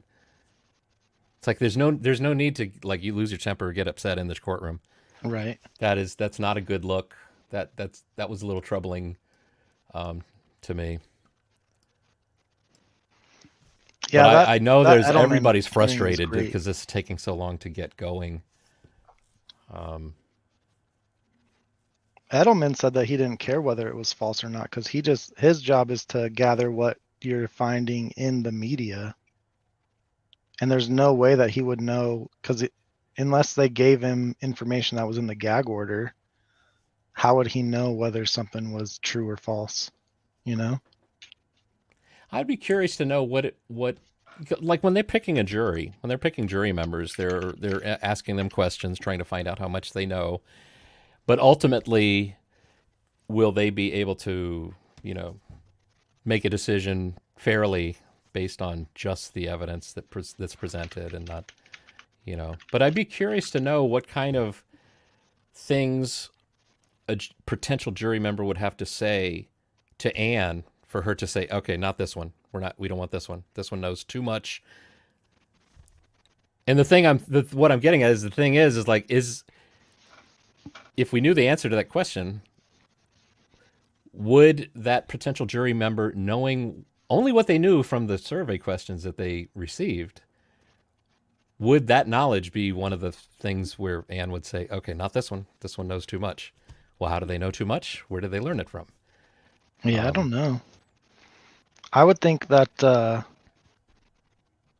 if you're going to pick a jury, you'd want people that are open-minded, whether you've heard those questions or not. That'd be more important to me. It'd be like, well, did you hear that he was stalking them? Yes. Do you think that makes him guilty? Yes. Then you wouldn't allow it. Which I think a lot of people are like that because they hear something and they just automatically believe it without proof. And then afterwards, it's hard to change their minds. Right. And I can understand, too, like it's kind of hard to say, well, just tell me what you know about the case. It's a little too vague and open-ended and, you can't. They don't know which direction to go. But at the same time, I think the potential is still there to teach them something. I mean, the example he gave, I think, in court was like, well, regarding Darth Vader being Luke Skywalker's father. And I thought to myself, it's like, nah, dude, not everybody has seen Star Wars, probably most, but you just kind of, I think, proved the opposite point. You just gave away the secret in the question. I don't know. I don't know. It's hard to not see it, at least for me, that way, because we know she wants another venue. We know that the thing to push it toward another venue is for everybody to be tainted by the knowledge of the case. I mean, like you said, you don't know that much about the Chad Daybell case. Right. But I could sit here and ask you questions about it, and when we stop talking this conversation, you walk away knowing more about that case than you did before we started talking. Yeah, I mean, and at least what Edelman says is that there's like a preliminary question where if you only hear like those 9 questions if you say yes to it. So like if you don't know anything about the case and they're like, have you heard about this case at all? And you say no, then you don't get those questions. So you can't really taint anybody in that way. Okay, that's good to know. I think I might have missed that point. Yeah. And I think and that's a shame. It's one of those things. It's like, you got the pro Kohbergers or the guilters. Even those on the same side as me, I don't want them leaving stuff out like that. Or maybe it was just that I missed it. Because I think you should talk about the stuff that's even hurts the side of your belief. It should. Right. You shouldn't fear that. We should talk about everything. Yeah. Here's like the funny thing about that whole stalking thing too, is because they don't say that Bryan even went near the house. They just said that he connects to the tower that also covers the house. Well, this is probably the tower that you drive or you connect to every time you drive into Moscow from Pullman, and it covers the house. So if they're going to say that Bryan was stalking the house or someone in the house by connecting to this tower, that means I am also stalking someone in that house every time I connect to that tower. But they don't place him near the house. Maybe there's more information that we don't know. Now, yeah, because is it a combination of that information and info from the cell phone that are, when you have the two? I mean, it's just like, is it similar to like the Linda Lane camera is only so valuable, but if you also have the light bulb camera, if you have both of them together, the people that have seen both of those cameras aren't sitting here saying, I don't think that's an Elantra passing by. I think that's a Chrysler 300. You know, they're not having that conversation. They're like, okay, we see the white Elantra go past the light bulb camera, and there it is on Linda Lane, just as we would expect, and there goes out, just like we would expect. Right. I mean, that's the compelling thing about this neighborhood. It's a dead end with a light bulb that, assuming it's always working properly, but it's like a night watchman. It's right? Checking everybody. I saw you come in. I saw you go out, and I can do the math. This is how long you were in this dead end neighborhood. That's the thing that I found so weird about that the entire time, because that, like, if you're gonna pick a random house to attack, that's like the worst place to do it. Well, I wonder though if this is a situation where, like, if this is somebody that is super duper confident, wants the attention and fame, not on them as guilty, but just that they got away with it. Nobody does a crime and wants to get caught. Right. But is it possible that you're so confident that if you are aware of the cameras, like, okay, will there be camera coverage? Because without camera coverage, I mean, without the grub truck video and without the, what did you say to Adam and all, there's not much for, News Nation or Nancy Grace to show, in this case probably fades away. Except that it's very compelling because it's a quadruple. It's not with a gun, it's with a knife. It's still, I guess, compelling. But there's all these little elements of, well, we can look at this, we can look at that. Twizzle's got a map, there's stuff to see connected to the case. Right. What is up with Angel D? I thought Angel D was my friend. Is this a real Angel D? It is. She's a dork. Is this one of those full moon or something? I don't know. She just talks some shit to some people. Hate is still attention, and I love attention. That's what I say. I'm like, bring the haters. Right? Like, come on. Yeah. Give me something to debate about. I'll debate this with anybody. Hate on. I don't want to talk to people that just believe what I say and agree with it. Where's the fun in that? But I think the point I think I made earlier, I think is very important for all of us. Hopefully gets out there to others. If you want to convince somebody, talk to them like Twizzle is talking to me. I'm just, I'm placing myself in that position of vulnerability. But right. It would take to change my mind would take, conversing about this subject the way you're doing it. Yeah, I think it's so the most fun rather than attack people for something silly. Okay, Angel's just messing around. That's fine. Yeah, she's a dork. Don't take anything she says seriously. Angel D. Angel D is just trying to be like me. I'm a Jeff H. See, we have the single letter on the last part of our name. The Jeff H, I hope they have more evidence, though, because this PCA just doesn't make any sense. What part doesn't make the most sense to you? What doesn't make the most sense to me? To pick one thing. I don't know. The cell tower information, probably. The cameras, the white car. I don't know. It's hard to pick one. I'd have a harder time picking, or an easier time picking something that does make sense. Let's just say the DNA is his, right? 100% a match. No issues with the DNA. Cool. His DNA's at the crime scene. but that doesn't mean that he did it. Like, I need way more evidence for all of it. Yeah. But like this page that I have brought up, I don't know if you've heard me talk about it, but it's just really funny because I'm not saying like it's not that big of a deal that they miscounted. That's a pretty easy mistake. But if you're gonna file it in a system, like you should at least be able to like check your work and double count.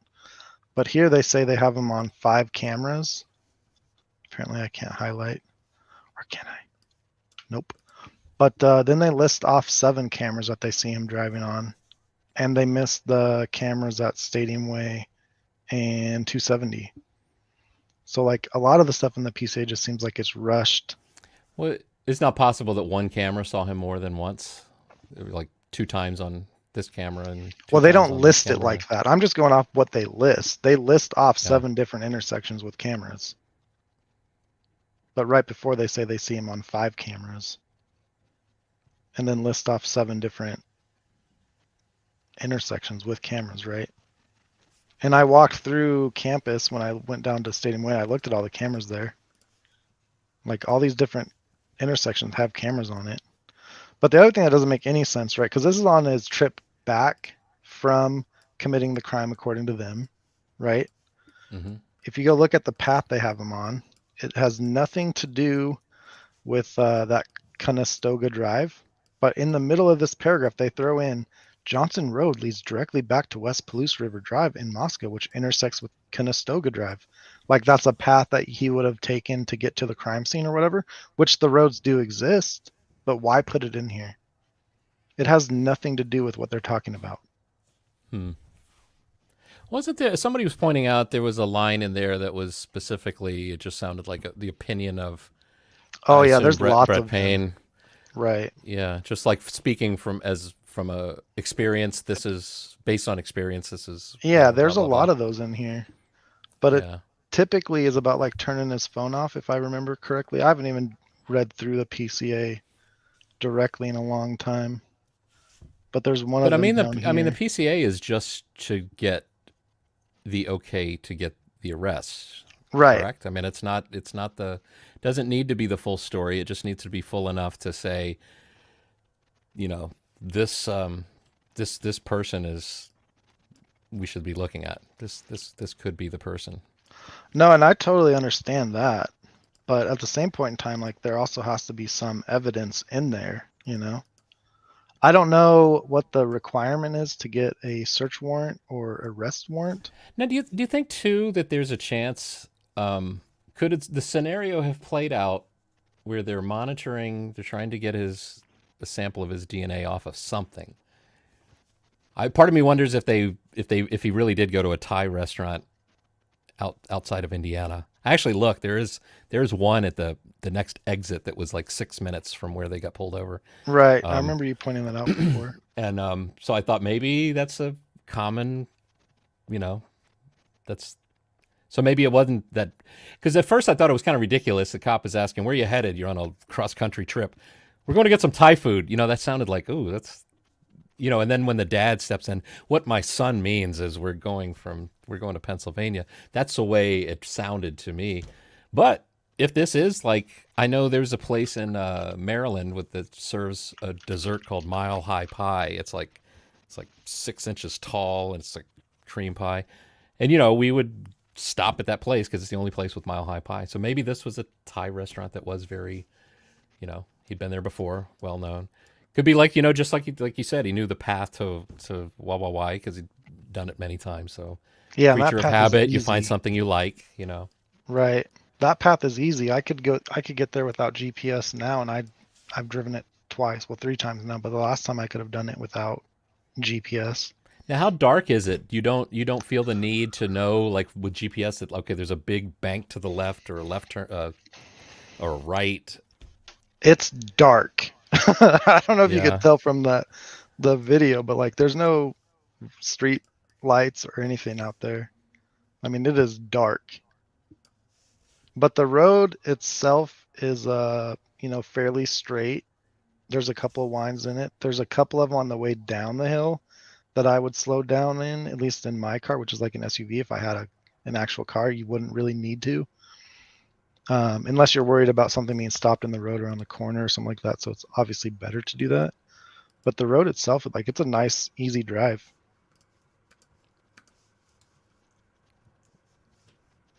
But I think this is the paragraph that they were referring to earlier. It says, based on my training experience and the facts of the investigation thus far, I believe that Kohberger, the user of the 8458 phone, was likely the driver of the white Elantra that is observed departing Pullman, Washington, and that this vehicle is likely suspect vehicle 1.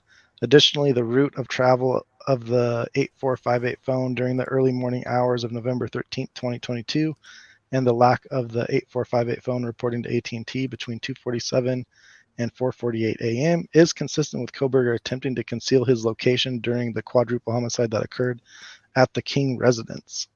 But he throws in a lot of stuff like that through here. Like, I think early on when they first start talking about his phone, he puts in what I know some people turn off their phones when they're going to commit crimes. Right. Which, like, yeah, it's true, but what does that have to do with the story here? Yeah, and I mean, I don't know, nobody writes something without considering their audience. I mean, you consider your audience before you do a live stream. You should. You should. You're printing. Sometimes you just hit go live and like freeball what's going on. No, you're doing great, by the way. I think you're natural.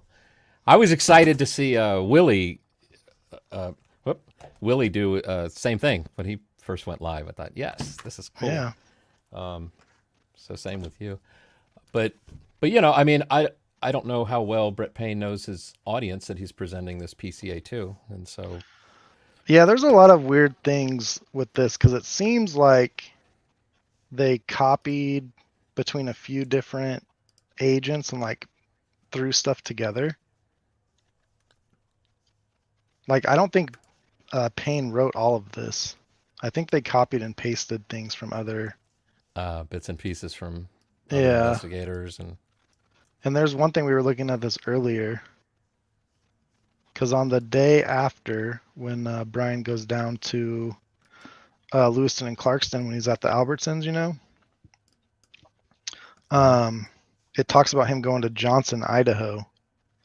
And they're saying that Payne mentioned Johnson, Washington, and Blaker mentioned Johnson, Idaho, which are like in the opposite directions. I'm trying to find it.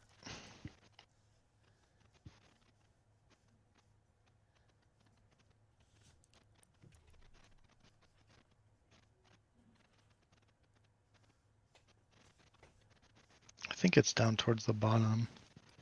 Yeah, it's got to be here.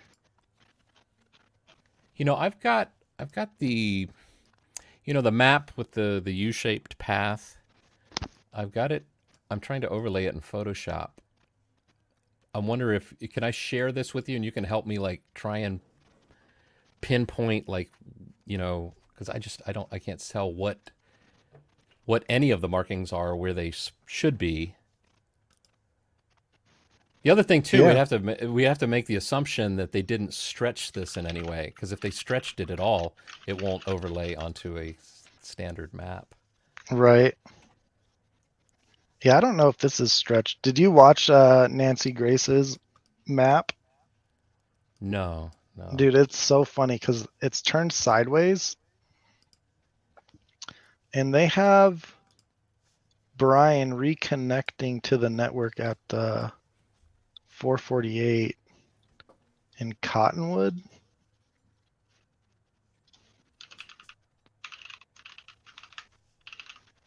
Which this is Nancy Grace, so does it really matter? No, but Cottonwood is way down here.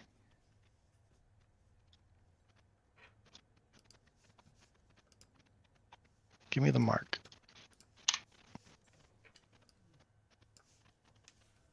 Okay, there's Cottonwood, right?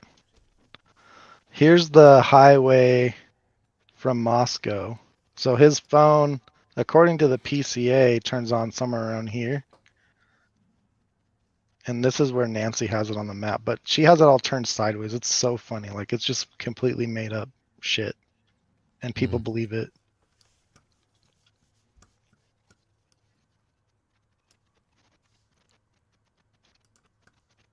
It But makes I mean, absolutely no the sense.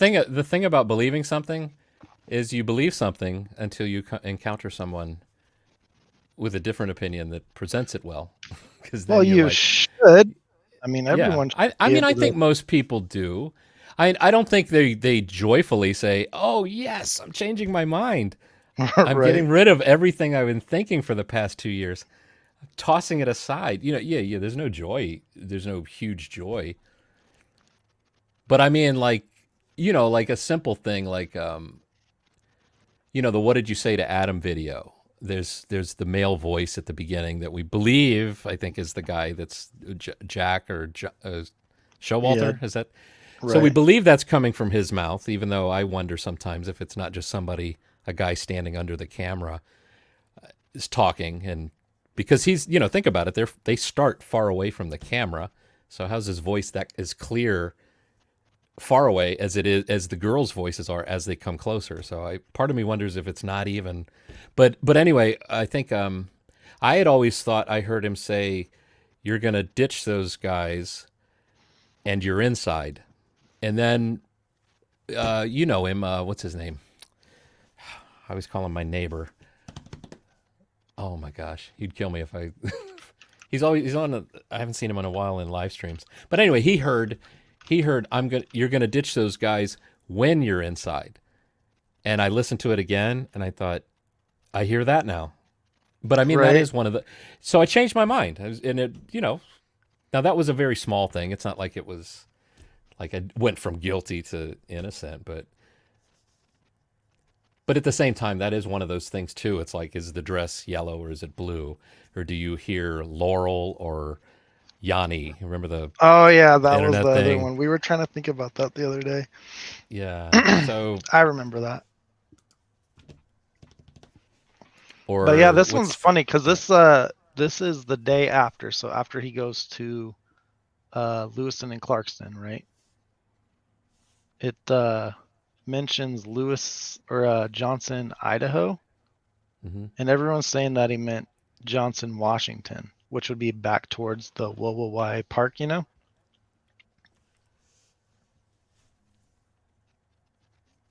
So which is correct? The Johnson, Idaho, or I Johnson, don't know, Washington? but either way, I think it would have to be the Washington because it says phone traveled in the hours. It says that is consistent with the 8458 phone being the area that the 8458 phone traveled in the hours immediately following the suspected time the homicides occurred. Because it says that they connected to the coverage in Johnson, Idaho, but it has to be Washington, which, my theory, it's this tower. But the road from Clarkston, Lewiston and Clarkston, you can actually go directly to Wowawai Park. So like in the video when I go down there, right, we go to the park and I travel down here and I turn around or stop somewhere in this area. But if you keep going down that road, it leads right back to that bridge to Lewiston and Clarkston. So I mean, to me, it's very possible that even the next day he went back to the park.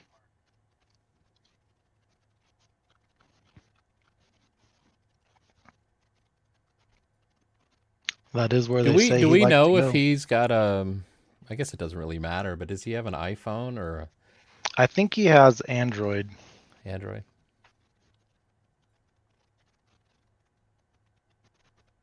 But See, I'm not I mean, super sure on that. hopefully he's like me. I mean, if I have a piece of paper and I'm thinking it's got something written on it, should I throw this away? I want to throw it away. That might be important. I take a picture of it and I throw it away. If I'm doing a freelance job and I'm like, I know I'm going to forget to do an invoice for this job, and I'm going to forget what time I got here and forget how long I stayed and what time I left, I take a picture in the parking lot when I arrive. I take a picture out of the parking lot when I leave. And then when my brain, which I know forgets, it's like I just pull up my, you ask me, what did you do the other day? Oh, hold on, let me pull up Google Photos. I'll tell you. I hope that he's like that in that he took some pictures.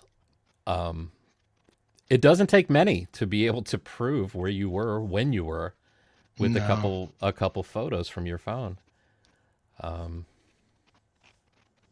Yeah, it's very interesting. We found Well, somebody brought up, I think it was originally, at least when I saw it recently, was a Thought Riot. They brought up an article from right after he was arrested. And he actually says that they should have his GPS data.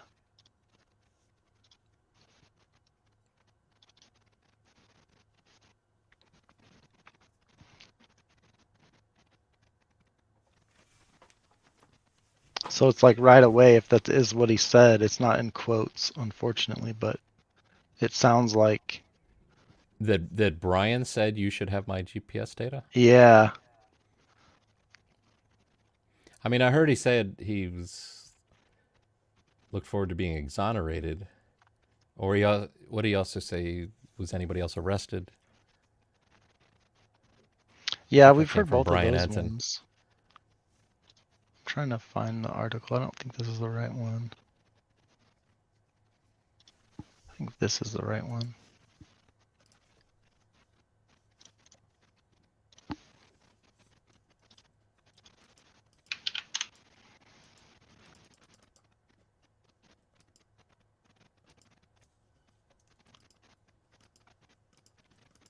So let me know when I can switch over and show you this in Photoshop and see if there's a way we can try and line up this map. Yeah, we could definitely do that in a second. I'm just gonna look for this real quick. I wonder if I could search for it. Yeah. So right here, it has Bryan in quotes, and it says, Bryan isn't denying he was in Pullman through mid-December, Labar said. And then it said, he also said he assumes law enforcement has his GPS data available through his mobile phone. And some people are like, well, that's what his attorney is assuming, but I think that's what Bryan was assuming. Because the GPS works down at that park, but cell does not. You do not have cell service down there, but your GPS works. Right. Yeah, you can interpret that two-way. Bryan isn't denying he was in Pullman through mid-December, Labar said. He also said, so which is it? Labar, is he talking about Labar when it says he also said, or is it talking about Bryan? Yeah, I don't know. To me, it seems more like that. Like, why would Labar say he assumes that they would have Bryan's GPS? Like, to me, it's more likely that Labar was saying that if you Bryan assumes that. If you look at the beginning of the paragraph, so it says, Labar said his father flew. Labar said father and son left Pullman. Bryan isn't denying he was in Pullman, Labar said. He also said, yeah, it's difficult. I mean, it could definitely go both ways. Yeah. That drives me crazy when my daughter does something like that. When she's saying something, she talks about two different people, and then she says, "So that's what I told him." It's like, well, which him? You just mentioned two people, and then you say, "That's what I told him." It doesn't make a whole lot of sense. Do you hear the words that are coming out of your mouth? All right, what you got? All right, so on one layer, I've got the PCA map, and then I've got this just snapshot from Google. But if I put this on color dodge, that should get rid of the dark stuff. And then now I just don't know where to try and line up. Oh, so you're, yeah, you need to zoom in on the base map or whatever. Because if you go back to what they're saying and like try to get the distance between Moscow and Pullman, or maybe that is about what you can do. I mean, like, are these points here, are they specifically something we can line up? Yeah, those, and then like, those should be the house and then him coming back to Pullman. Oh, yikes. Okay. That's what I'm saying. Like, this map doesn't, it doesn't add up to anything. But even like roughly, how far down is this assumed to be? I don't know. I mean, that's the whole thing. That's why I'm saying, like, this map doesn't, like, it literally does not make any sense. But even if we just roughly said this is Moscow, And what is this on the left supposed to line up to? It should be Pullman, but his it's apartment? way. Yeah. Wait, where's Pullman? Is it somewhere in? I think it's right where your cursor was at, but I think the end of the map is a little too far north. So I would like shrink this down to. Does it kind of become this? Is it supposed to be along? Is this 195? Yeah, so that's 195, and then it cuts over on like Johnson Cutoff Road or something. And is this supposed to be that? I would say something like that. And the map on the right lines up fairly close.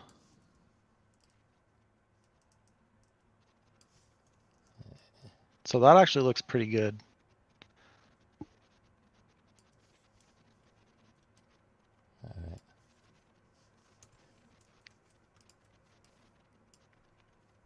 So do we learn anything from that? Or, I mean, I don't think so. I'm gonna zoom in on the map. So you go down and then cut across. Yeah, I mean, it's just like there's those roads don't line up with everything all the way across. That's the thing. Like I think the 95 and the 195 are good, even on their version. But I think that the way that they go across, like there's nothing there. Along here at the bottom? Right. But it also shows him basically driving into Colton. Right? It shows him coming in from the Moscow side, but the way that I think he drove in from the park drives into Colton. And then you have the tower in the middle that covers both sides. Well,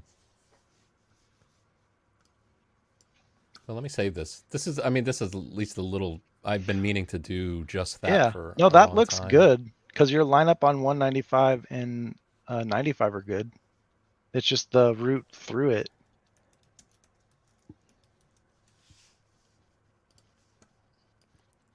Yeah.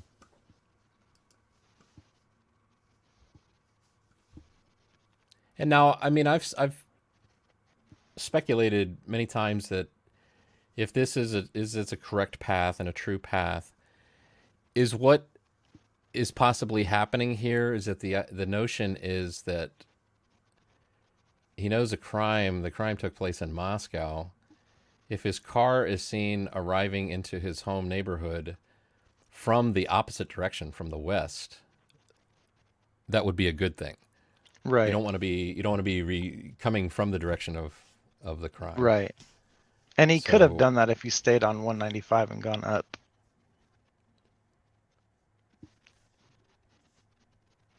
Yeah. But he went through the Johnson thing.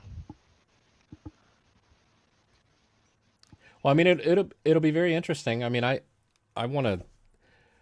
What's the Tom Cruise movies like? You know, you can't handle the truth. I want the truth. Right. I don't want. And to be honest with you, I don't think even Steve Gonsalves wants just anybody to go to their death or to prison for the crime. That doesn't solve anything. I mean, I wouldn't be surprised if after the trial, if it became very clear that BK is innocent and the jury said we find the defendant guilty, I wouldn't be surprised if Steve Gonsalves didn't stand up and say, bullshit. Excuse my That French. would be nice. I don't know if I feel the same way right now with things that he's said recently, but I would hope that would be the case. Yeah. I know. I think Christy sounds like she's a little more convinced, I think, than he is, based on just what little we've heard them say. But I say what little we've heard them say. They've said more than anybody else of the, but the parents. But yeah, it's all wild. But I'll mess around more with that, with better. With trying more accuracy, so if I can't figure out. I mean, one of the goals I had, I started Because I did a little animation where I have a little white car driving around Queen Road Apartments, and it comes around, does the U-turn after it sits there for 10 seconds, and then I had a second one where it goes around the building for the final pass.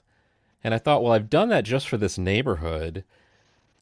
Why can't I do it for the entire whatever, what the PCA says? I just haven't ever gotten around to it, and trying to figure out, I have to, well, just like this, the photograph I took of the base map is, could have been better, more detail. So who knows? Maybe I'll get around to doing something like that. I need to get trial will probably be over by the time I do. I know. I don't know if it goes on longer, like it probably won't be for another 2 years, but I just think that after the 30th, if it goes the way that I think it will, we'll start seeing some motions to dismiss and stuff. Yeah. Because if he went to that park and they can prove it, like he's just not the guy. Like, I'm sorry. Right. Yeah, you can't be in two places at once. Yeah. Like, he'd be getting to the park right around the time they're showing a white car driving around Moscow. So that but just what kind of work. proof would what kind of proof do you think they will present that proves that he was there? How strong will that proof be? Well, that I don't know, because I think that would lead into like stuff covered by the gag order. So I don't know if they're going to allow just general information. Or even during the trial. I mean, not necessarily just this hearing that's coming up, but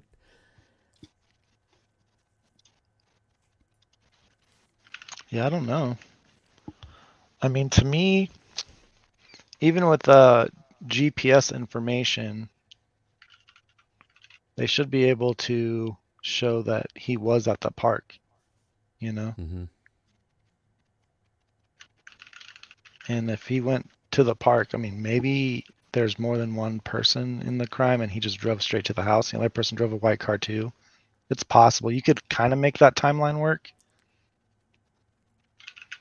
But I mean, he's definitely not the one driving around Moscow. Somebody borrowed his car after dropping him off at the park. Does that calculate to? Now you were saying you can't get to the house in time from. You can get to the house apartment right around 4. Like if he drove straight to the park and just like turned around, you could get to the house right around 4. Right.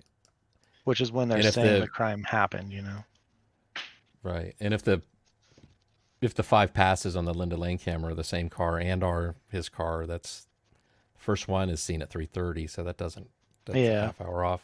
That's what I'm saying. Like he can't be the one driving around. Yeah. But now, what did you think? Did you think the 5 passes of the car sounded the same? Did you hear that video that I did? I'd have to listen to it again. Yeah. Well, listen to it. Let me know if you think it's if they're. I mean, it's probably the same car driving around in a circle, But who knows? Even if that car was connected to the crime. Yeah. I've always said that it makes way more sense to walk. Because at least when I lived in Pullman once before, police are on scene, I mean, Daryl Brooks was on foot. He didn't get away. Well, I mean, like go to the crime scene and like do it on foot. Because there's going to be way more traffic through those areas on foot that are going to be harder to pinpoint. Oh, you mean take your car and just park it far away and then? Right. Oh, okay, gotcha. I like if he wanted to do the crime. Yeah. If he wanted to do the crime, yeah, it makes way more sense to either drive somewhere and then walk or bike. There is that bike trail from Moscow to Pullman. Mm-hmm. Oh, that goes by the steam plant and all that? Yeah, I don't even know where it goes. I think it just follows the highway. I've never been on it myself. But if you're going to go to the house and commit a crime, it would be way more... It would be way more harder to track you if you walked, because you don't have license plates, you don't have car identifiers, Right.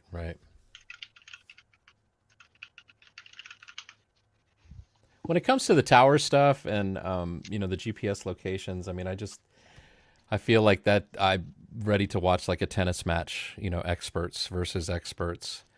Yeah, that'll be And interesting. and if they're presenting as very skilled experts, then the jury's going to just have to decide, well, which one is correct. So I don't know. But I think that the real convincing is not just in like the pieces of evidence, like it's not just the DNA, it's the summation of all that they have presented all at once. I mean, the Right. Chad Daybell stuff, I can't believe Chad Daybell sits there in court and doesn't just stand up and say, fine, you got me. It's obvious I did this, Right.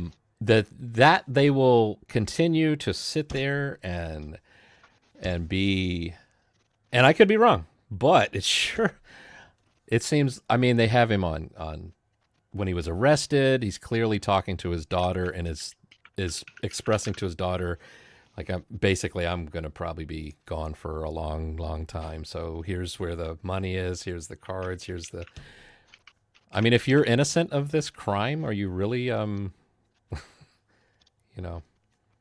the actions, even some of the things not said are just as damning as what is said. So. Like what? Well, just, I mean, they never came out and said, we got to kill some kids or these kids have to be killed. But all the language that is used, like when you're talking about what's happening with the kids, and lo and behold, it's the same pattern of stuff that happened with the husband that was killed by her brother. It's like, okay, you're seeing the same pattern of they're being deemed dark. Now they're gone. I mean, it just, You're like, you really should watch evil. You should watch the trial, because it is, I mean, they're both sides are doing a great job, really, although the defense has really an uphill battle, because it's so there's so much evidence. And it's got to be hard being a defense attorney, because sometimes you defend people that are guilty, and then you're more there to protect their rights rather than show they didn't do it. There was another funny part in the trial where one of the police officers that was on the stand, I think he was a little irritated with the defense attorney, and the defense attorney asked him a question about the Chad Daybell's property where the kids were found buried. And I think the officer said something to the effect to the defense attorney. He said, well, you should know you now own the property, right? Because I think that's how he paid the defense attorney, is by giving him the property. Right. So I thought that was kind of a snarky, funny moment. Yeah, it's all interesting. It's just crazy. They've got, well, also too, the idea of experts versus experts too. They just recently had like a coroner. Well, she's not a coroner, but so the prosecution has the person that they exhumed her body, his wife's body, and have determined it was actually a homicide. Of course, the defense has an expert that says, she doesn't agree. So here you've got one. What are they called? Not well. The person that studies the dead bodies. Yeah, the coroner or something. I know what you're talking about. It's not the coroner, but it's something like that. And medical examiner. Yeah, maybe. There you go. So to have two of them that are, that they don't agree with each other, and then what can you really do? I think the prosecution, I think they asked kind of questions about, like, well, I think they said something, well, isn't it true you're not currently practicing, or they call into question their credentials. Their credentials. Yep. Yeah. Have you watched the latest Ray video? No. Is this put out recently? Yeah, he talks about the Colorado case where his technology or whatever was like debunked, that everyone's saying. It's pretty interesting. What do you say about that? Well, he goes into it, but basically, like, he was just there to talk about his technology, not the actual investigation that went around it, because he didn't know anything about that. But like the judge didn't like it, so he kicked it out. But it ended up that the judge was ruled incorrect. His testimony was brought back in later, and like the judge was reprimanded or something. But ever since then, Cyree said that I don't get involved with cases unless I know the whole thing, and he's always gone on the prosecution side before this. So the only way that he's going to get involved with investigations now with his stuff is if he gets access to like everything, and he's saying that Bryan didn't do it, you know, because if he wasn't agreeing to it, he wouldn't get involved. He doesn't say it like that in the video, of course, because he can't talk about the case, but it's pretty interesting listening to like what happened and like his mindset moving forward afterwards. Yeah. It's gotta, you know, it's gotta be you're gonna be you're either an expert on one side or you're an expert on the other side, and yeah, I would hate to be like an expert on a side that I didn't agree with. That'd be I don't think I would agree to that. Yeah, it's just interesting because this is like the only one that he's gone on the defense side. So to me, it leads like he's pretty convinced. Otherwise, he wouldn't get involved. And the case, like the Colorado case, was about something similar. Like, the prosecution is saying this guy was somewhere that he wasn't, and they ignored a bunch of exculpatory evidence or whatever and try to like pin this dude with a crime, and he just wasn't there. So like the whole story kind of lines up with what could be going on in this case if Bryan didn't do it. And he talks about like his tracks software and like what it can do. So the whole thing's pretty interesting. Yeah. Yeah, no, seriously. I mean, if he can prove that that he wasn't there, then that is a good alibi, and everybody will then apologize for calling it a bad alibi up until. I would hope so, but I don't know. Some of these people are just like, that alibi is so bad. I'm like, I mean, it is if you're thinking that's going to give you a point-by-point time frame for where he is, but they might not even know. And what Anne has said is that they need the experts to verify or corroborate, you know, his alibi, because he doesn't have a witness. He was alone. There was no one with him. There's probably nobody at the park that saw him at 3 a.m, you know, especially after a football game. Now, is the fear of just spitting out your full alibi early and now, that is there fear that the prosecution would use it, try and mold it to fit something that would still connect him, make him guilty, so they just don't want to show that card? I think that's why they're doing it, but after the alibi came out, Bill Thompson extended the time frame of the crime. What do you mean extended the time frame of the crime?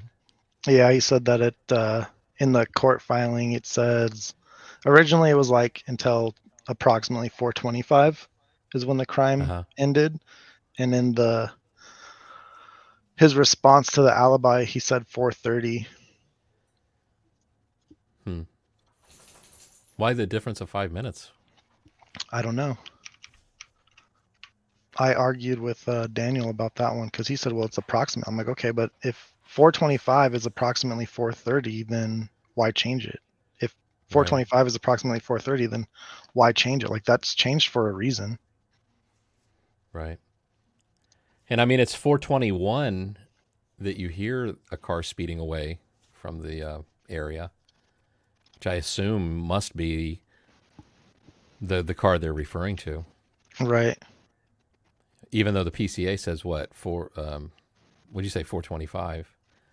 Yeah, that's what it said originally, but I just put it up on the screen, but now it's 4 o'clock to 4:30 a.m., which it's approximate, but I don't think they're going to allow 5 minutes for an approximation. Why wouldn't you just say 4:25 if that's what you wanted to approximate it from. Unless you're trying to, just like earlier, remember I was saying it's like, or no, maybe it wasn't here, maybe somewhere else.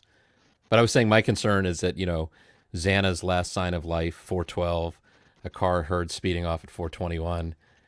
It's like just the fact that it's not round numbers like 4 and 430, Right. Is it to make it easier to do the math on things? Because you hear that kind of thing in the courtroom too in this Daybell trial. I think there've been times where it's like because of numbers like that, the math is done wrong and something's misspoken, incorrectly. And yeah, I mean but that kind of throws the whole thing off too. Because if you're saying it's his white Elantra and he drives away at 421, how's that make sense? Right. Well, I mean, if you mean between, 412 and 421 is what, 9 minutes. So he's got 9 minutes to. Well, it'd be less than 9 minutes to get the heck out of Dodge. I think they say he gets there at like 406. Well, but I'm not sure on that either. 407. Wait, no, that's the time is. Yeah, so the moment the car is first seen on that last pass is 407 and a half.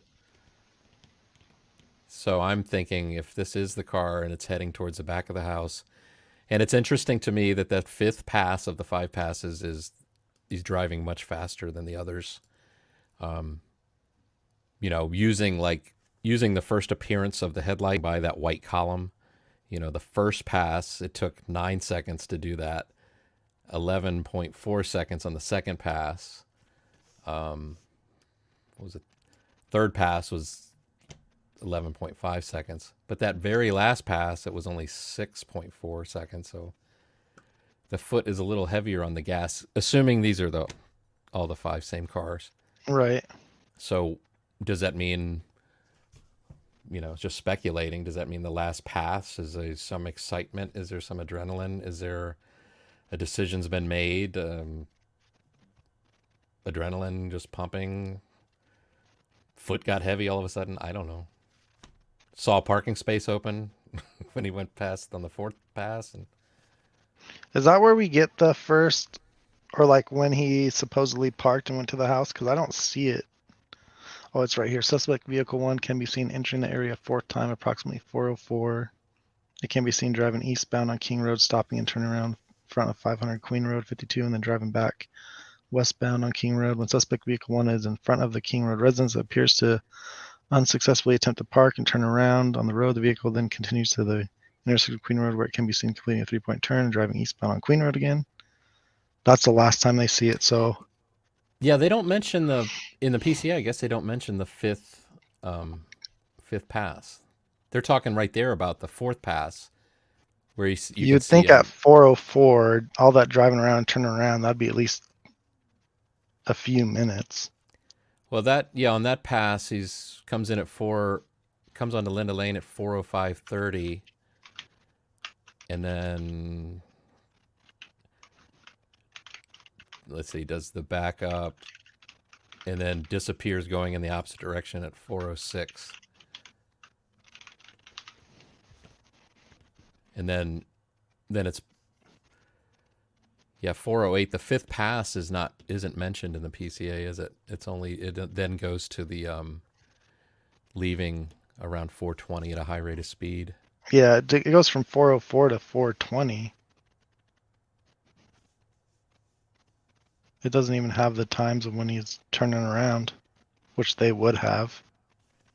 Well, no, I think that's the turning around is the 4:05. Although it didn't say it was at the intersection of King and Queen, though. Yeah, it just doesn't say the time in the PCA is all I'm saying. It doesn't say the exact time. Right. But it does say he's entering at 4:04. Right. And so so then it's a minute and a half before he's seen on Linda Lane. So you see him on Linda Lane at 4:06? 4:05 and a half is when 4:05 and a half. Yeah, that headlight peaks around the corner right at 4:05:30. So that means if he's entering, and what is it when he's? I wonder what they consider entering the area at 404. Where is that at King and Queen? Is that Yeah, it doesn't coming really off of say. Taylor and It can King? be seen driving eastbound on King Road. I think that's at 404. Yeah. Eastbound on King Road. Do you recall? I had it written down somewhere when the Linda Lane footage came out and when the PCA was released. I think the PCA was released much earlier than the Linda Lane footage, right? Oh yeah, it have to have been because it was released like right after they arraigned him or whatever, right? Yeah. So I mean, I think it's just interesting though that the PCA stated times to the public, and then they're kind of, for the most part, corroborated with the Linda Lane footage. I mean, the Linda Lane footage could have come out and said, "We don't see any car." What car? Right. What car? There's no car in this neighborhood. Well, that's the other thing. It says east road or eastbound on King Road, but King does not go east. Queen does. Yeah, I think they got the directions wrong, the traveling directions wrong. I think that might have even happened more than once. Or are we misunderstanding it the way it's? No, I mean that's pretty. I vaguely remember. Well, I think it might have. Is it? No, it's not possible. It had King and Queen. Queen is the only road that goes east-west. Yeah. Right. And it goes. King is north-south.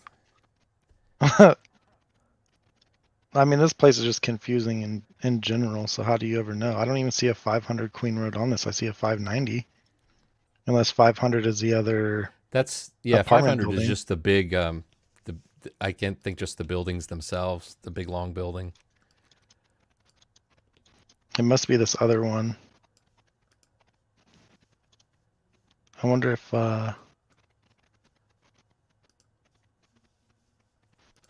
because there's two buildings there, but it only has an address on one. I bet that's the other address. It just doesn't say it. I wonder if it'll show up on my map if I look for it on my phone.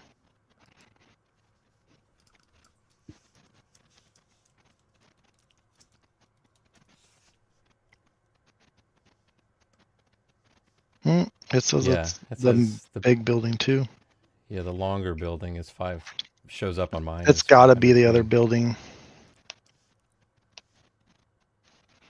What's it got to just be doesn't make sense. The 500, because it says on this building it's 590. So I'm sure they have a different address for the other building. That way, to mail stuff, they'll know which building it goes to.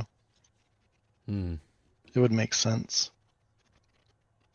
I haven't driven by there, so I have no idea. And I have no desire to drive by it, so. Well, if you do go by there, try and figure out which apartment unit is number 52. I'm pretty sure it's in the smaller of the 3 buildings that are Queen Road apartments.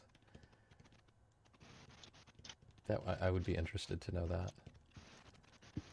Oh, it would also be interesting if Queen Road is this.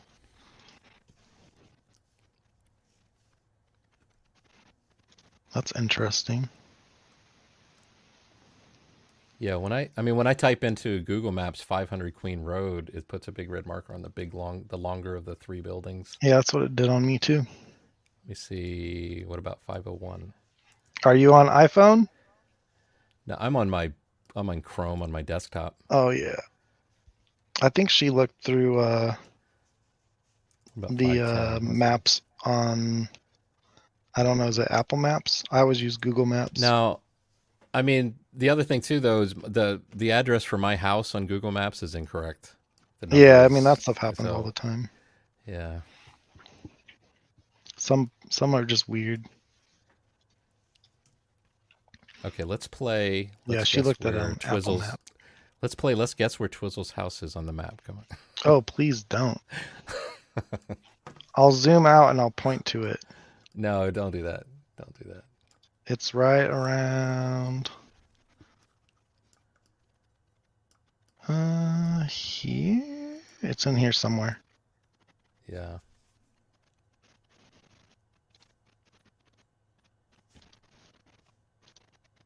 Well, Twizzle, if I don't get to bed soon, I think Hey, the you bedroom should door is get going to to be bed. locked, and my wife's going to be like, "You're sleeping on the couch."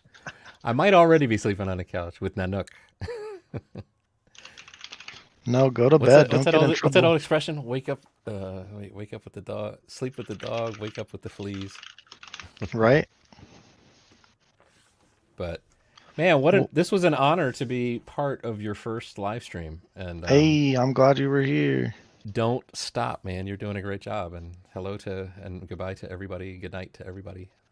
Good to see you, Heather, and SW Firefly, and all the people I see on a regular basis. Are you on Discord?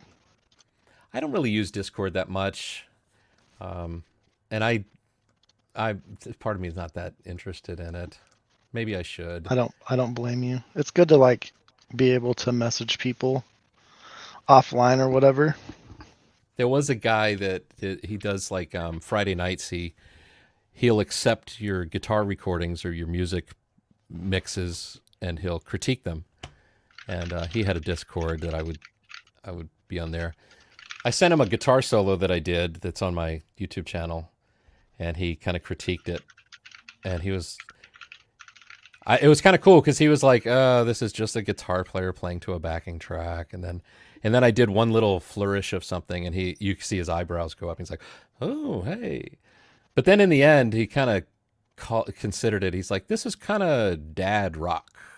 I was like, I don't think that's a compliment necessarily. But he did say, he's like, if this gets any closer to Hotel California, I'm going to get a copyright strike. So it's like, oh, so you're saying it's similar to Hotel California. Cool. No, but he's good. really, he's good at what he does. He's got an attitude of like, you got some people that come across, they're jerks, but because they're good at what they do and they're talented, it's like Simon on... you still kind of like him? Yeah, yeah. What's the singer show where they have the three judges and American Idol? Kind of like Simon on there. He's a real jerk. Yeah. But everybody likes it. Yeah, and you assume that he knows what he's doing and he's skilled and got experience. So that's the key, though, right? You got to make people think that you know what you're talking about. You're experienced. But I like modest people that are extremely talented. That's where I feel like, oh my gosh, do you realize how good you are at what you do? Oh, thanks, but that's all right. It's just there's that there's that psychology experiment they did, right? Where like, I don't remember exactly what they did or how they did it, but essentially they prove that people will believe somebody that they feel is an authority. Like they're more likely to believe them or follow their orders, And then I think when I read stuff like, I'm just going to use the PCI as an example for what we're talking about, but like Payne's always like, well, through my experience, this, that, this, and it's literally just trying to hack human psychology so people believe you. That's all it is. Yeah. But if you come across like what is it, George McFly from Back to the Future? He's just kind of like, oh, I don't. This George McFly guy is telling us there's a meteor coming and we got to exit this way. And it's like, he does know what he's talking about, but it's like, I don't know. He sounds kind of mealy-mouthed and unsure of himself. I'm going to follow that guy that says go in the path of the meteor. Right. Yeah, I'm hesitant with experts. I don't follow anybody just because they claim they're an expert. I don't know how you felt about COVID and all that, but like, a lot of those experts got it wrong, and people still want to believe them today. Yeah. But I don't know. Drop your email in the back chat if you want. I'll email you. We can communicate. Set something up sometime. I don't know if you ever had the interpretation that I didn't like you or whatever, because I do poke fun at you sometimes. But I'm down to talk to anyone. In fact, I try to get all the guilters to debate me, especially since the alibi came out, because there's just so much in it that I think makes sense. Yeah.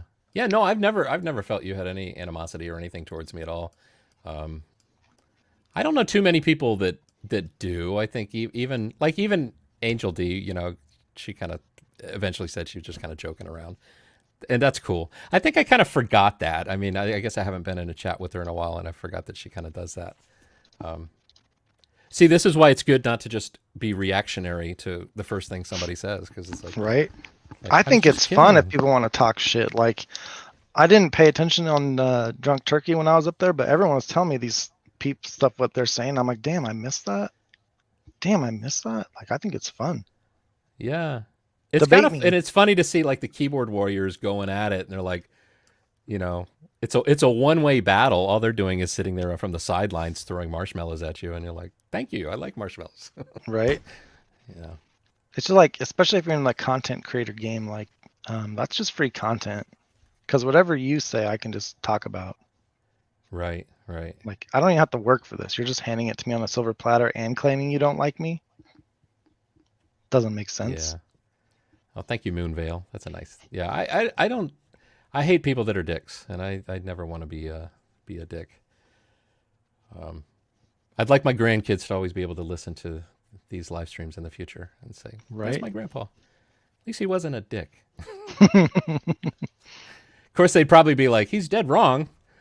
I'd be like, "Damn you! You're supposed to agree with me." No, but Yep. I really can't. I can't wait until the trial's over, done with, and I really hope it's just something that we all agree, like, okay, they got to the truth, you know, no matter what it is. That's going to I be just the hope they don't. craziest thing. Because if they dismiss it before trial, like, there's a lot of stuff that we will never see. Right. Unless Because they like if they find get to somebody the later. the truth and it turns out he's innocent, he can go on to write books. He can. Heck, But yeah, but I just mean, think he's about, got like, experience. He could. we're not seeing the crime scene photos. We're not seeing the medical reports. Think about the evidence we won't see if it doesn't go to trial. Right. Like, everyone wants, like, I don't think Bryan did it, right? Everyone's like, well, who did it? I don't have to show who did it to prove Bryan didn't do it. Like, I haven't seen the evidence. How would I know? But all that evidence that we could use to maybe figure it out later, we won't see it. Yeah.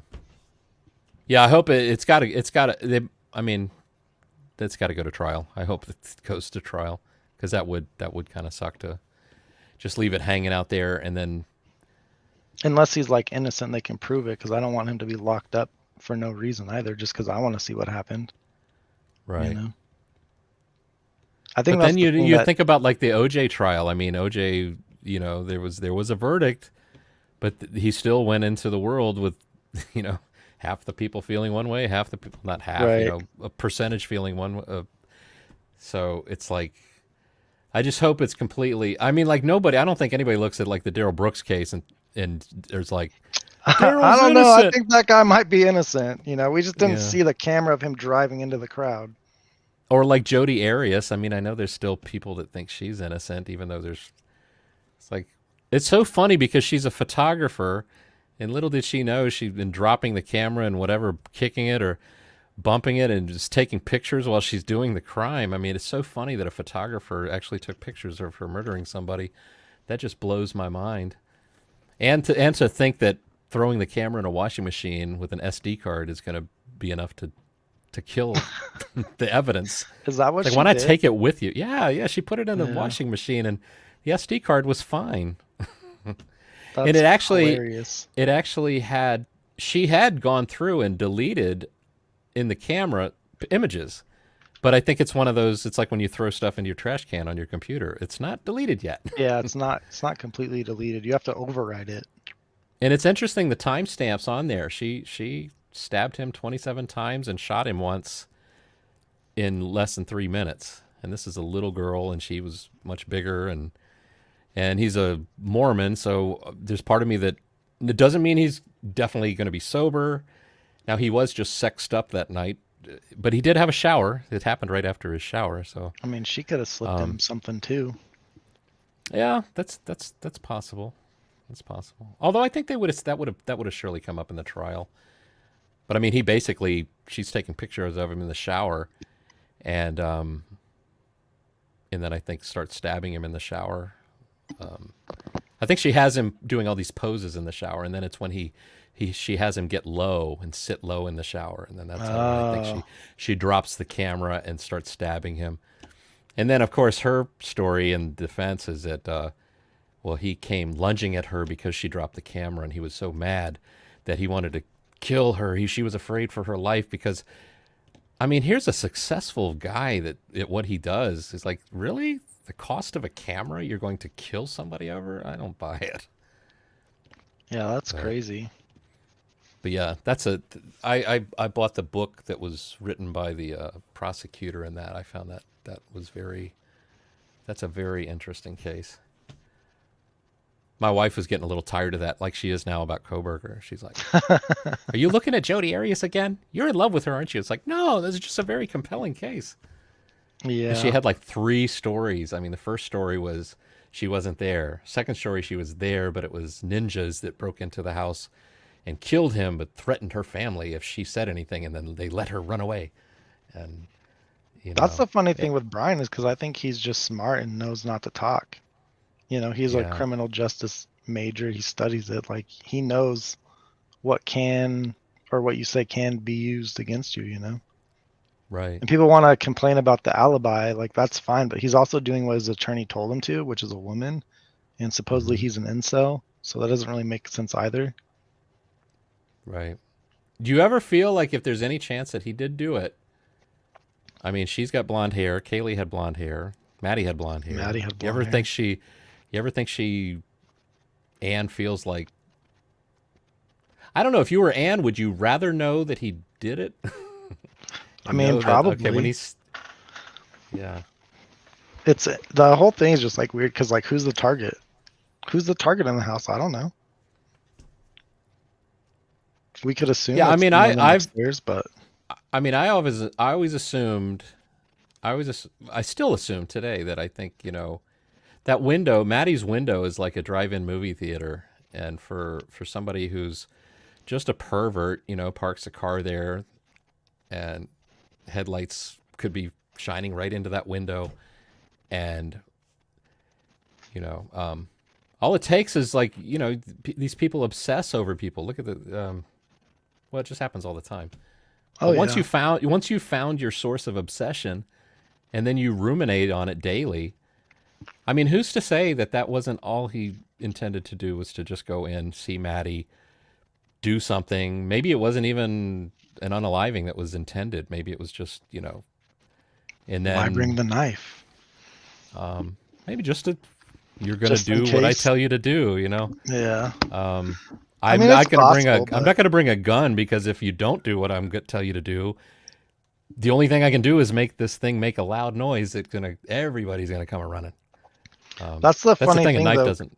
Like, I don't know if you've ever been out here, right? But like, most people that follow this case have never been out here. So I'm thinking that when he goes to Moscow, at least most of the time he's shopping, because a lot of people go there to grocery shop from Pullman. Didn't he mention that there was a quote from him, I think, that he liked the shopping there, or he came there for the shopping. I think something like that, right? Yeah, I remember hearing something. But especially like late at night, the stores here close. I don't know what time he was over there, but like, I'm pretty sure that Winco's open 24 hours a day. And that's where most people go to shop, because that's what we don't have here. Mm-hmm.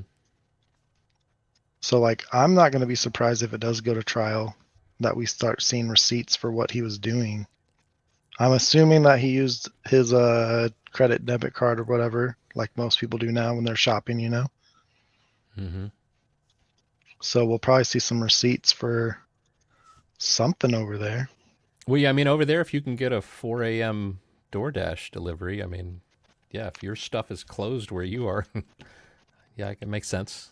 Have stuff that's open over there. Grub Truck is open very late. The Winco is open 24 hours. Yeah, I think that the Grub or DoorDash didn't have anything in Moscow, or maybe it's just their Jack in the Box or something wasn't open that late, and that's why they had to get it from Pullman. That whole thing's weird too, but yeah, I thought I had seen that I'd done a Google search, and at the time that Jack in the Box was 24-hour delivery. That'd be interesting. Because I think it closes. I don't know. I haven't gone down there to get food, but all the Yeah. fast food and stuff closes down. That crime happened like Saturday night to Sunday morning, right? Yeah. So it was probably open later than Right.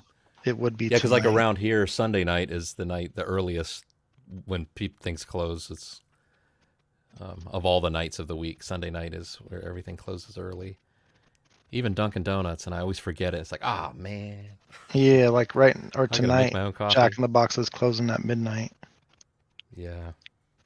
Which I think that's when all the fast food closes. The grocery store across the street closes at midnight.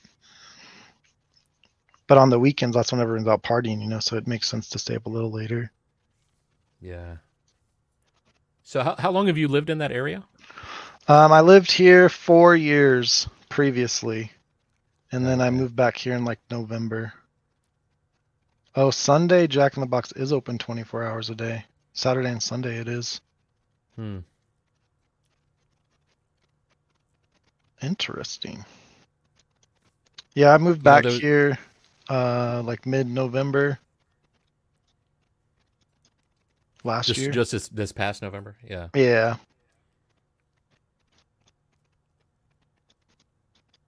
Did you move up there for what, for school or for employment, or you said you moved back there after you were there 4 years before? Yeah, I lived here for 4 years before. I was in a car accident in Arizona, and then when I was waiting to get my settlement, I was thinking about moving back up here. I just don't want to be in Washington State, so I was actually thinking about moving to Moscow. And this was like 2 weeks before the murders happened, you know. So then I was just waiting to get my settlement for my accident, and then ended up that I couldn't find a spot to live in Moscow, at least as cheap as I am now. But it's like 8 miles, so like whatever. If I need to go out, I can just drive. So you could have been a suspect. You could have had suspect vehicle number 2.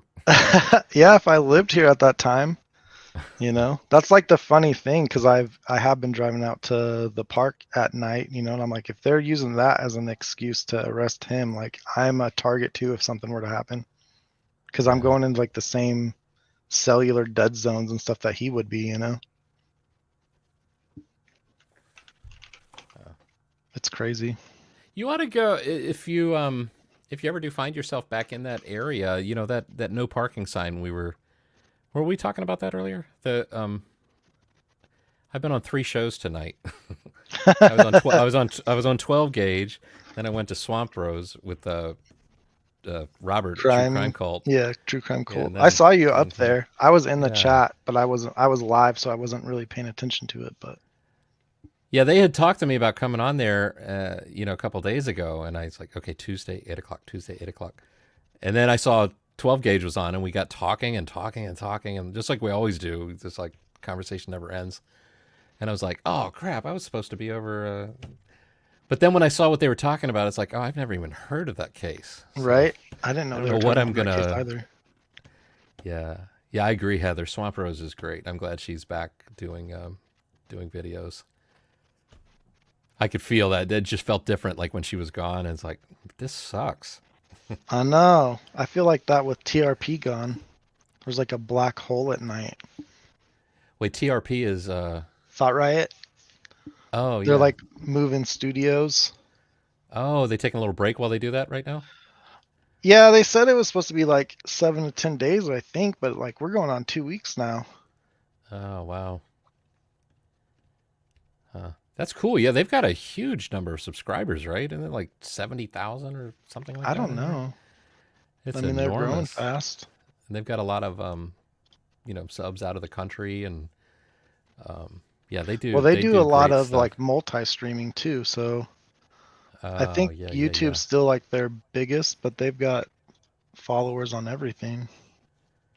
83.7 thousand subscribers. Wow. They better hurry up so they don't lose them. People are going to start forgetting. Yeah. It's like, we're here. Hey. It's like a ghost town, tumbleweed rolling by. Right. So. They put out a poll a few days ago, so like I was hoping they'd come back, but yeah, go to bed. Yeah. Like probably, it might be 5 days ago now. Yeah, 5 days ago. I thought that'd A be them poll. coming back, but What on their was the poll? on their community page, it just says, "Where did Thought Right podcast go?" and then gives you some funny answers. Oh. I Going answered doing fishing. secret agent stuff, but most people seem to just go with like the obvious. We are moving studios to a new owned location. You know I what I just don't like know why it best took is so when. long. Just set up your Yeah. computer and camera and hit go. Right. Doesn't have to always be perfect. Look at what I'm doing. Just have a pre-recorded. You could have a stuffed animal, a stuffed, likeness of yourself, and then hit play on the recorder. And Right? I like. It's cool when Brendan gets up, like he, relieve, go to the bathroom or something. But whenever he comes back, he always like passes by the camera real close, so he's like head's really big, and then he sits down. It's like, I like. They got a great show. I always find it that's good. intriguing. All right, well, I'll email you. Yeah, man, sounds good. And I haven't forgotten that we talked about, Adobe Premiere and that kind of stuff too. So, as you can see, we can show Photoshop on StreamYard very easily. So, Yeah, just if you and me want to get together on StreamYard and, open up Adobe Premiere, I can show you like the basics of it and everything. That'd be super And then sweet. eventually you can teach me. The teacher becomes the student becomes the teacher. And oh, sounds great. Well, cool, man. Thanks again for having me. We'll be frenemies on the Bryan Kohberger case, anyways. Right.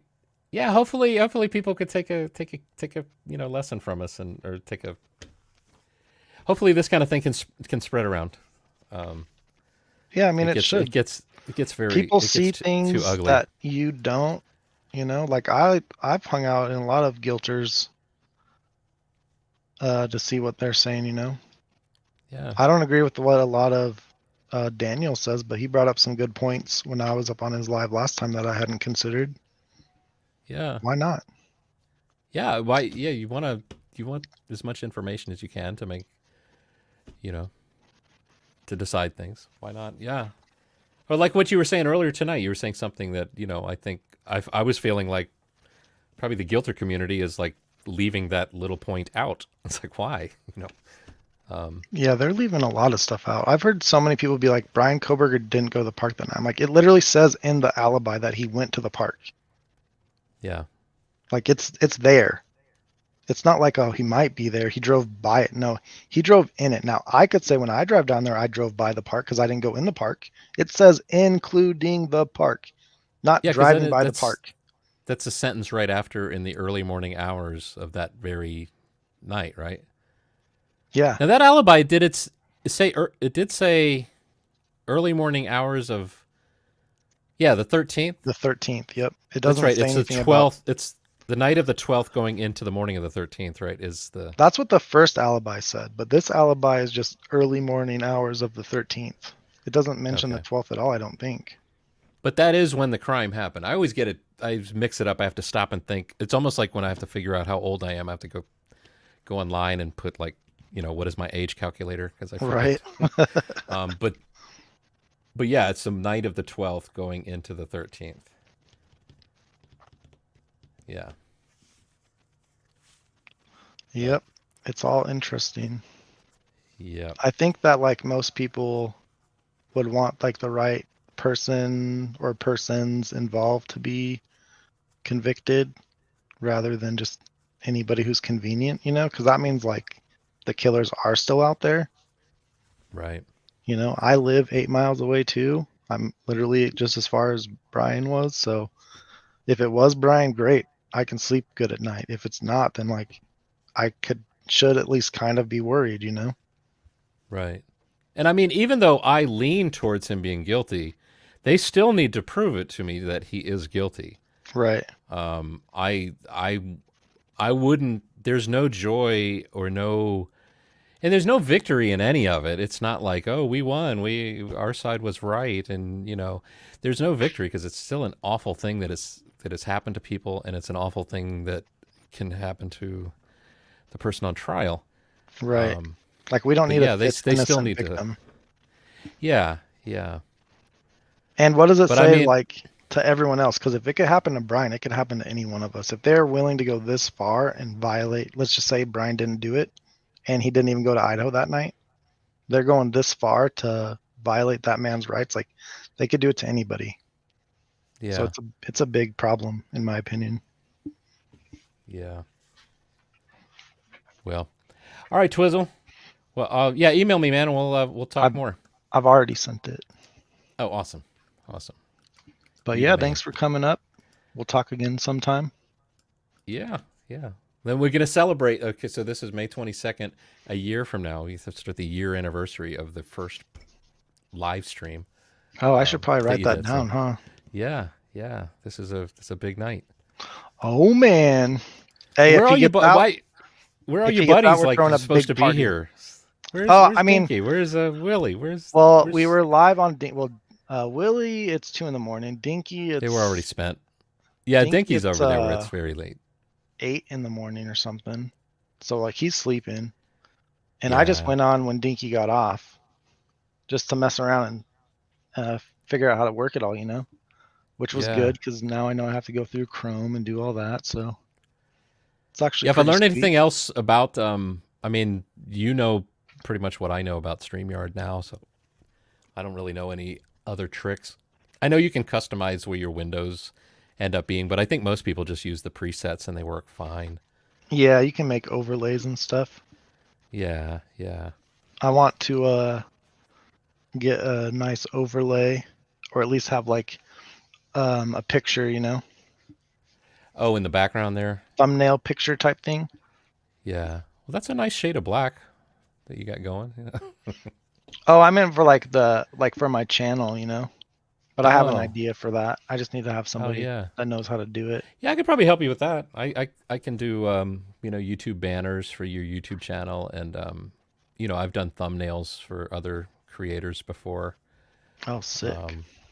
Yeah, you should look at if you go to Detective John's YouTube channel, some of the I think you'll be able to see which ones that I did. They're kind of a little better than the others. They're more Photoshop. I didn't want to say that. I'll say it for you.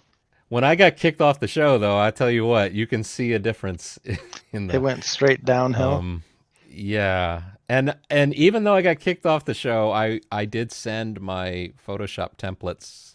I thought maybe Detective John's son might want to learn Photoshop, and here's a template to get you started. I think they ended up having what's her name, that woman that was on his show that was.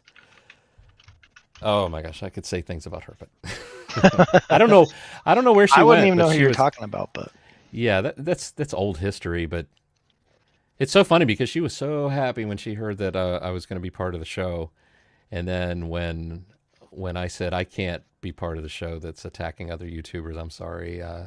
Damn, if she didn't turn like full. I mean, it's like I didn't recognize her anymore. It's like some of these creators are wild. Like if they'll catch their viewers in other channels, they freak out. And I've had a couple people tell me about that. Yeah, that was an unfortunate thing with when I was on with the T-Rev. I was doing graphics and stuff for T-Rev, and then I talked to Detective John and got back to him. You're talking to Detective John, and I was dead to him. So it's funny because that happened kind of like twice, and I'm just like, come hang out. If you disagree with me, cool. We can disagree. Yeah. It's a weird thing because he calls his group the Rev Gang. So it's got gang mentality. There's us and then there's the enemy.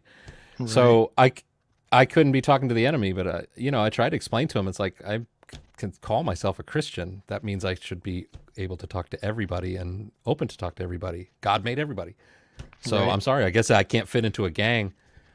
And then when Detective John unfortunately wanted to start targeting YouTubers for things they were saying, it's like, well, I'm kind of hypocritical if I'm saying many times I'm saying your enemy today can be your friend tomorrow. That's kind of hypocritical to then be targeting and going after and doing a show about, That really sucked too, because my whole entrance into true crime was listening to Dago. He was one of the first shows I fell in love with.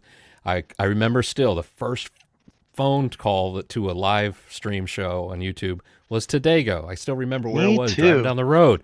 Loving it. Me This is too. cool, man. And I started, next thing I know, I'm listening to Dago every day. And then when I'm part of Detective John's show, and unfortunately the first person he was targeting was Dago, it's like, dude, I can't be part of this. This is like, Right. and what was unfortunate is that I told them, I said, I'm sorry, I'm not going to be there. I'm not going to be part of this. I don't want anything to do with it. And I also had band practice that night. And unfortunately, the only message that went out to the public was, oh, Jeff's not here because he has band practice. So the public, everybody in the public thought, oh, he would have been there attacking Dago, but he had band practice. Like, no, that's not how it went. They didn't even want to tell the truth about it. Totally did not want to. Well, he said he meant to, and eventually he did later. But by then, I think the damage was done, and everybody saw me as like just part of that show. And I was part of that show up until the decision to start going after YouTubers was the target, and it was a target for quite a while. But isn't it weird though? Like now, there's so much of that's happening on a regular basis. Oh It's yeah, like, I think people wow. like the drama from it. Yeah. I just have an issue with Get a Clue, but that's because he messed with Heather Fitzgerald, and she's a homie, so I got her back, and then he Oh, me copied too. my stuff. So Yeah, I was listening to one of his videos, and then he mentioned my name. I was like, what? And I rewound it. And I was like, he's talking about me. And then he explained, he said, and that's why I blocked Jeff H. And I was like, holy crap, I didn't know I was blocked. It's like, oh, he calls me Twizzle Dick, and I'm like, wow, I've never heard that one before. So you're ripping off insults too after my videos? Sweet. Wow. Huh. Like, I don't even care if people copy what I do or say, because like I just want the truth out there, and if Bryan is innocent, I want him free. So Right. like I don't care, but I think it's uncalled for how he treated Heather. And then you're gonna copy my stuff, but then like his whole thing is like talking about how people should only watch him, only listen to him. He's like the smartest person on YouTube. Right. Well, why are you 2 weeks behind me, sir? Like I don't even have Also, a channel. I don't even have a channel, and you're 2 weeks behind me, sir. So what's up? The last time I watched him, he was asking everybody to unsubscribe from him. And part of me was like, yes, come on, people, we can do this. Yeah, he put out like a poll or something, and I responded to that. I'd be like, well, good thing for you, I never subscribed. I don't even know why his Yeah. stuff was showing up on my like community post listings, like why? I don't Yeah. know. But he said something back, and I was like, don't worry, me and Heather are laughing at you. So Yeah. It's funny because many people have blocked me from being able to be in their live streams. Like Evil CJ doesn't like me. I still don't understand why. He might be the only, yeah, he might be the only one. Don't take CJ personally at all. That dude's crazy. Yeah. I think he might be the only one that I'm down to now. Well, no. Well, I think T-Rev had me blocked, but I think recently I checked and I think I'm back okay. So CJ might be the only one. Even Lana, I think. I think Lana went across the board, maybe just removed all the blocks and started over.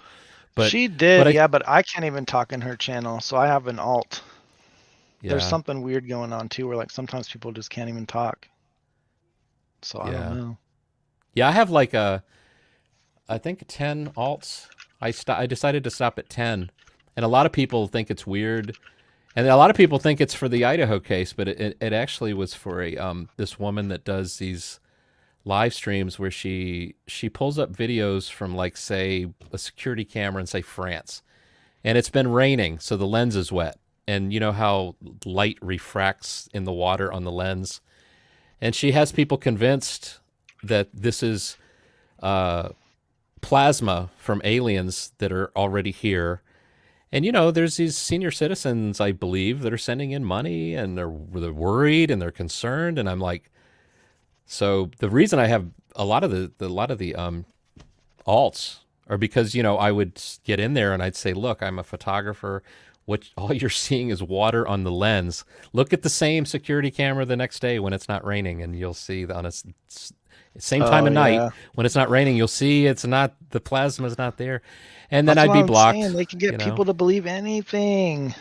Yeah, and people like the transmission would be bad from like a press conference coming from the Pentagon, and she would say, "See, look at the face of the, it'd freeze and it'd pixelate the face." And Right. she'd had people convinced that these were aliens. They weren't the real people. I'm like, oh my gosh. And she would thinks that she would say that I could debunk by putting up pictures or something. I think I would send pictures or links in the YouTube, and then that would be blocked. But eventually I gave up. And then with the Idaho stuff, once I hit 10, I was like, that's it. That's only. And I'd never go in as an alt, like, and pretend I'm somebody else. I would go in as an alt and say, "Hey, it's Jeff H I'm again." Jeff. It's like, "Hey, we didn't finish this thought, we were talking about." Oh, I'm blocked again. Okay, I'll be back. And then it's like, I'll make another account. Like, yeah. Blocking's Once you've done kinda it a couple pointless. times, it doesn't take that long to make another one. And yeah, It's wild. I think I have 1, 2, 3, 4, 5, 6, 7, 8, 9, 10. Yep. I have I have 3. You want to know what? I've got Black SUV Driver, Don't Be Cray Cray, one called Easily Explained for You, Stevie. That was a jab at Stevie Irwin. Yeah, you guys seem to have an issue. You know what happened with that, right? He created a YouTube No idea. channel. He created a YouTube channel called Jeff H Productions, and he edited these videos bashing Detective John to the point where Detective John thought I actually did them. And he was threatening me with, he's like, "You're going to take those videos down." And it's like, "What are you talking about? What videos?" And that's how I found out about the channel. Oh, so he was like trying to copyright strike you or something? No, he's basically just trying to get me in trouble with Detective John. I don't know why he threw me under the bus. I mean, I like I said, I left the show before we started, attacking other YouTubers, but. But yeah, I thought that was a pretty low blow. And and you know what I did though? As a video editor, I know that there's always favorite wipes or fonts that editors like to use over and over again. And I knew I could find in one of his videos where he did against Detective John, I knew I could find the same wipe in one of his legit videos that's on his channel. And there it was. It's a 25 frame wipe that kind of blurs to to the right to left. See, that's like real detective skills right there. Yeah, I thought so. I mean, it was exactly 25 frames. It's not a wipe that just comes with like Adobe Premiere. It's a plugin from somewhere. So I knew it was him, but it didn't matter because right after I figured that out and I was about to say, "Hey, I figured out the mystery." He goes and he does a video where he trashes me on the channel. It's like, okay, it's obvious to everybody now this isn't my channel because I wouldn't be bashing myself. But yeah, he never did apologize for that, which I thought was kind of low. Even though Did to he this have an day, issue with John, or was it with you? Oh no, yeah, issue was definitely with Don. Yeah, it's to the point where he took it out on me. It was so bad. Just for guilt of association type stuff. Yeah, I mean, That's very crazy. angry with yeah, it was ugly. People are But weird. I'm glad those days are over. Right. I actually it really stopped paying sucked. attention to the Kohberger case for a long time with all the crazy conspiracies and drama and stuff going on. I was like, I just want to know the truth. Yeah. Yeah, all that other stuff was just. I've sure it been was in the generating a lot of WSU clicks. steam tunnels. I've been in the WSU steam tunnels, right? Yeah. People are like, "Oh yeah, they use tunnels for the crime." I'm like, no, that's stupid. Have you ever been in the tunnels? No, you're not committing crime down there. I'm sorry. Yeah.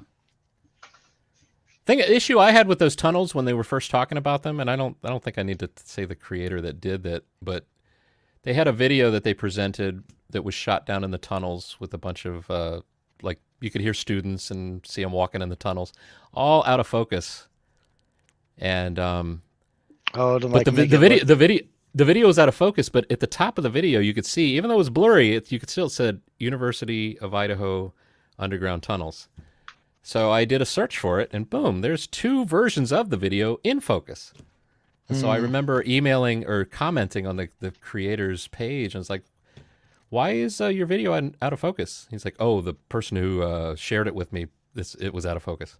I was like, "Well, why did they make it out of focus?" I don't know, And then I just thought, And then when it came to be that like the story that went with the video about what was really going on with the video was covered in a press release that's at the end of the video in focus. It explained who the students were that you see in the tunnels and that they were given a tour.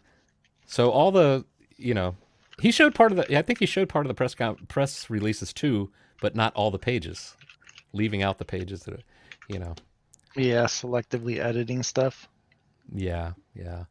I think I was wondering if that was one of the things that first irritated CJ to me, that I was pointing out something like that about another creator that he liked. So I just watched CJ a little bit, but he freaked out on this one dude over something just like stupid, and then just like went on a tirade and blocked me. I don't know for what, but yeah.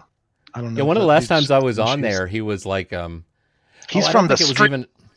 It wasn't even his channel. He was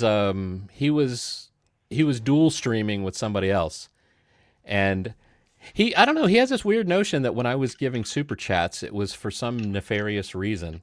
And I would just give super chats because sometimes you feel like you got a point that is important enough to make that throw an extra $1 or $2 with it, and it'll be seen, because if nobody seems to be seeing this. And I guess when you're generally in the opposition side of in the live stream, it's like sometimes you just do that.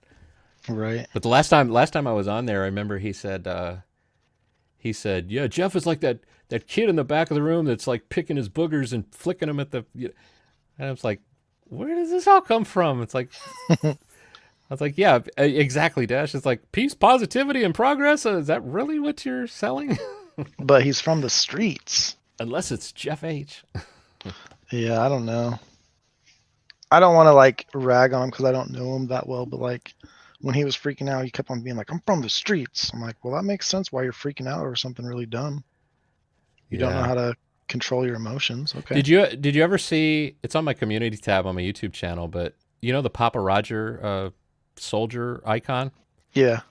Yeah, you look at my community tab. I took a picture of CJ, and it looks exactly like Papa Roger. If you take the headphone and put it in Papa Roger, and take the hat and make it red, like his red beanie. Mm-hmm. I thought it was kind of funny. Hopefully he thought it was funny. I think he saw it too. So he probably took it personally, knowing the little that I know about him. Yeah, that's okay. You can't please everybody, but Nope. I commend him for what he was trying to do with, in the Sebastian case. He was down there really working hard and digging. And I mean, that was, he was down there for like I'm saying, I hope you find him too. Yeah. That's cool. So I mean, it's not just all about, money and clicks and likes. He's like boots on the ground and wants to help. And, yeah, it's too bad. I never had anything really against him, but he always seemed to have something against me. Once he said, if somebody said to you, I think this might have been after the little thing I said about the person who posted the video out of focus, but I think he said to me, people shouldn't touch pans that are hot. And when I heard that, I was like, what the heck does that even mean? I mean, it's not like a some common secret phrase. Threat? Yeah, I thought it was like, is this a mafia type of, I don't know. I asked a couple of people, like, what the heck does that mean? It sure sounds like it's a threat. But I think that's what he was trying to get at. It's like, you're messing where you shouldn't be messing with fire or something. You ain't from the streets, as you said. He's from the streets.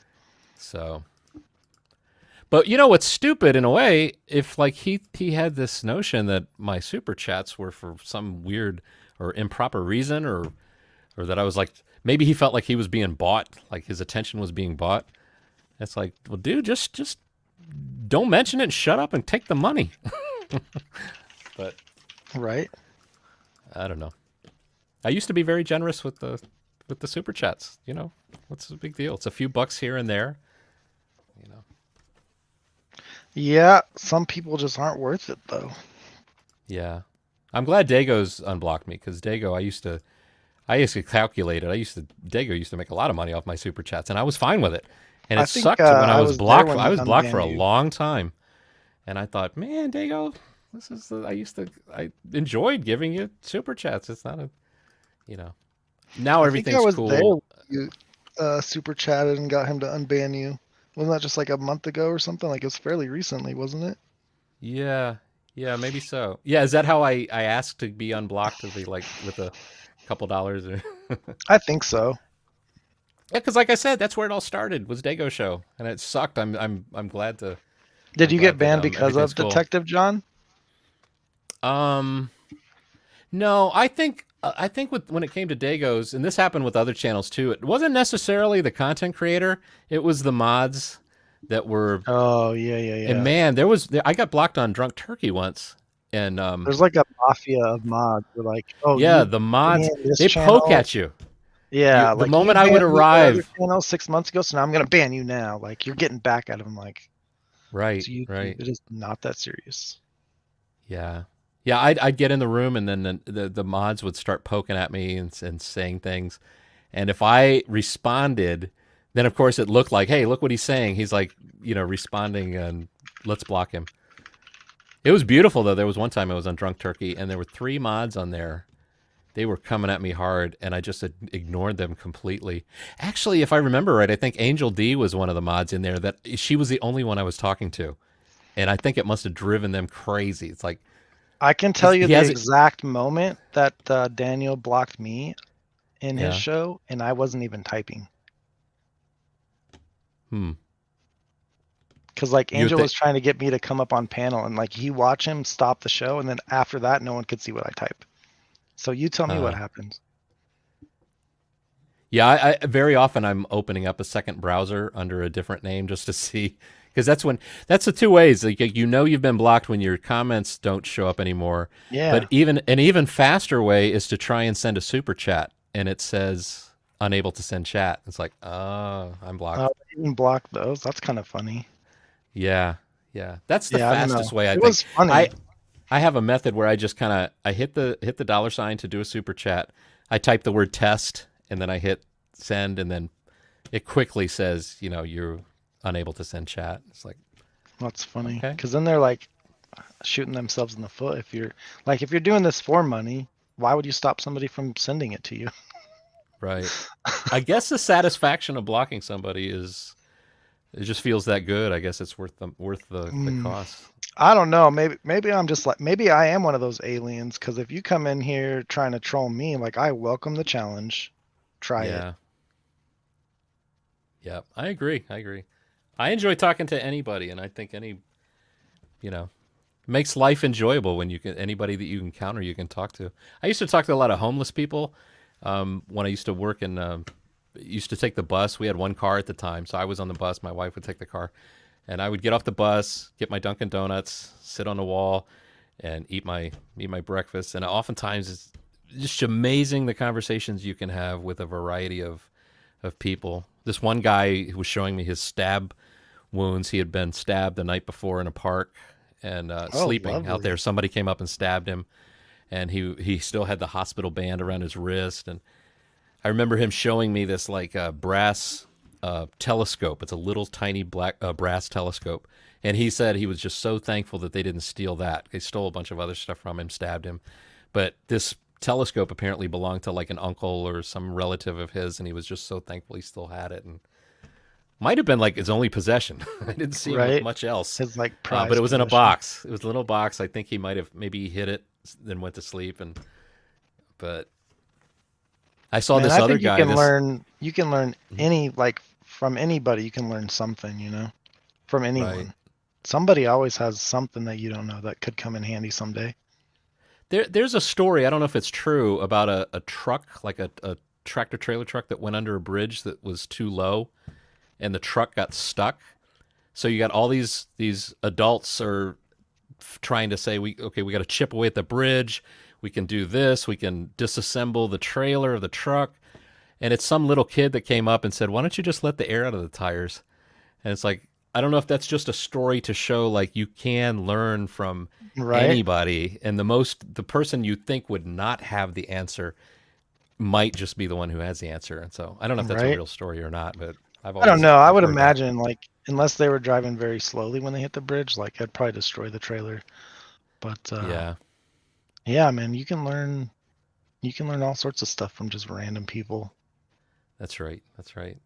And you're talking with them can make a difference. There was another homeless guy I talked to. I remember he wore like one of those German metal helmets. I mean, he was very scary. Trench coat, very scary looking dude. But I would talk to him. This was back when I was maybe I kind of was a Bible thumper, but I was very like religious at that time and very just floating on cloud nine. God is with me. Everything's great. This is amazing. Love to talk to everybody. This guy was telling me that he had a little dog, and there was a woman that worked at the Hallmark store that was instrumental in getting his dog taken away because he's homeless. And he was talking about the revenge he would take on her. He knew where she worked. He knew what time she got off. And I'm thinking to myself, I can't just hear this from this guy and then just go off to work and say, I hope everything works out, you know? So I talked to him, and I was late for work, but I was like, I got to finish talking with this guy.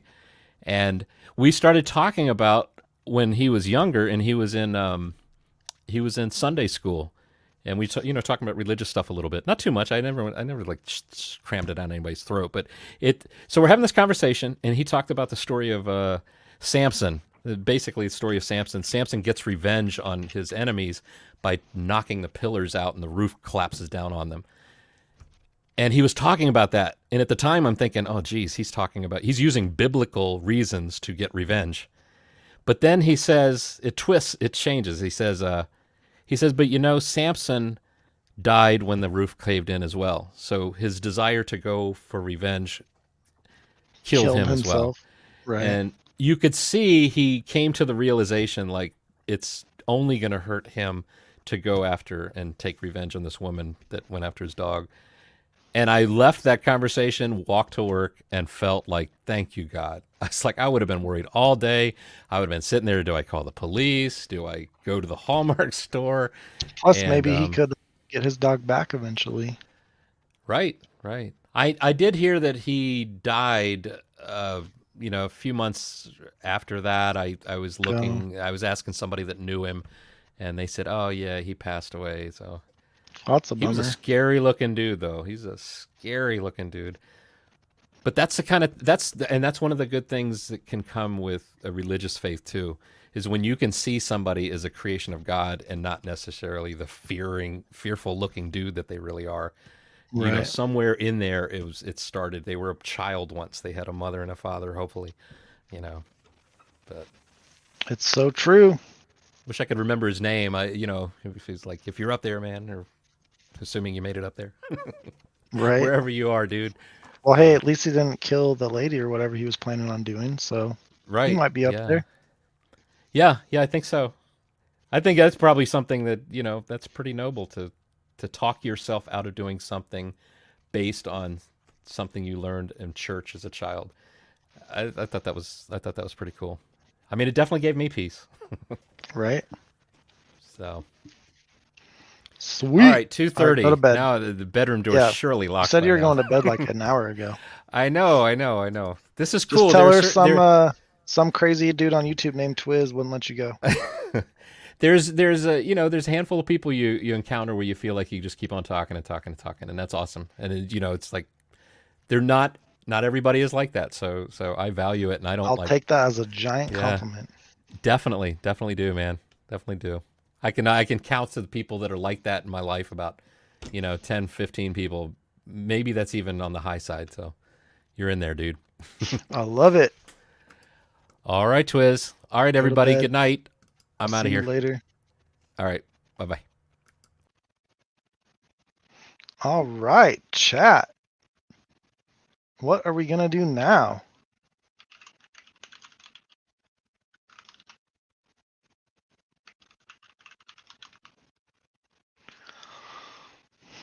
See story of Lazarus for details. Lazarus. That sounds super awesome. Nunya doesn't have to be safe.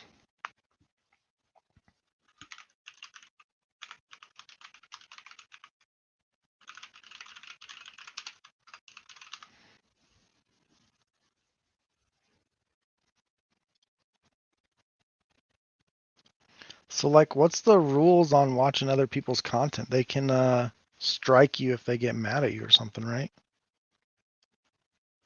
I need the fair use laws.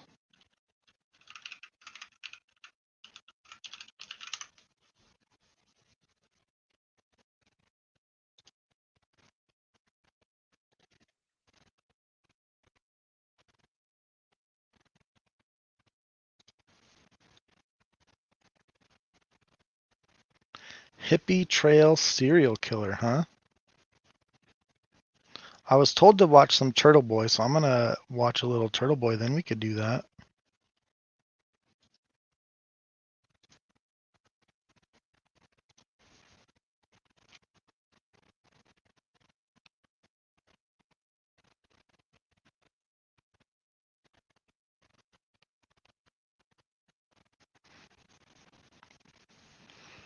Are you guys all following the Reed trial too?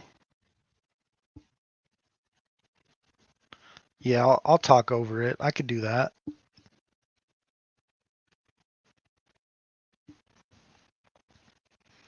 Is there like a time frame? Like, do you have to do it like every few minutes?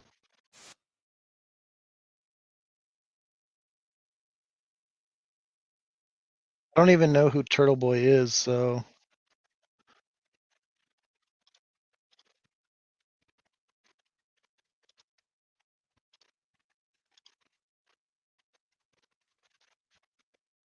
let me know if you guys can hear it. Just a one in the chat would be fine.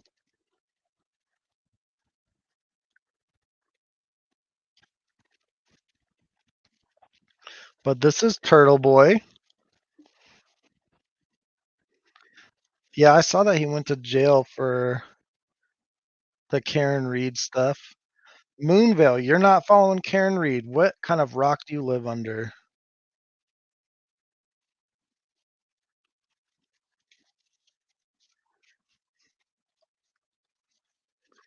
Has he only done Karen Reed stuff, or was like he around doing stuff before?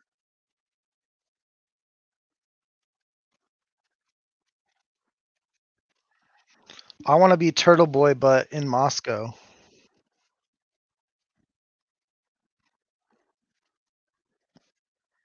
You guys can't hear?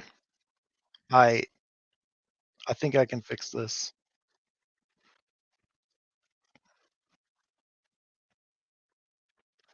Oh yeah.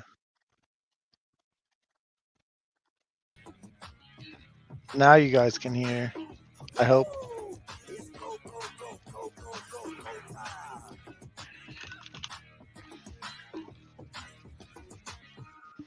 Tick, boom.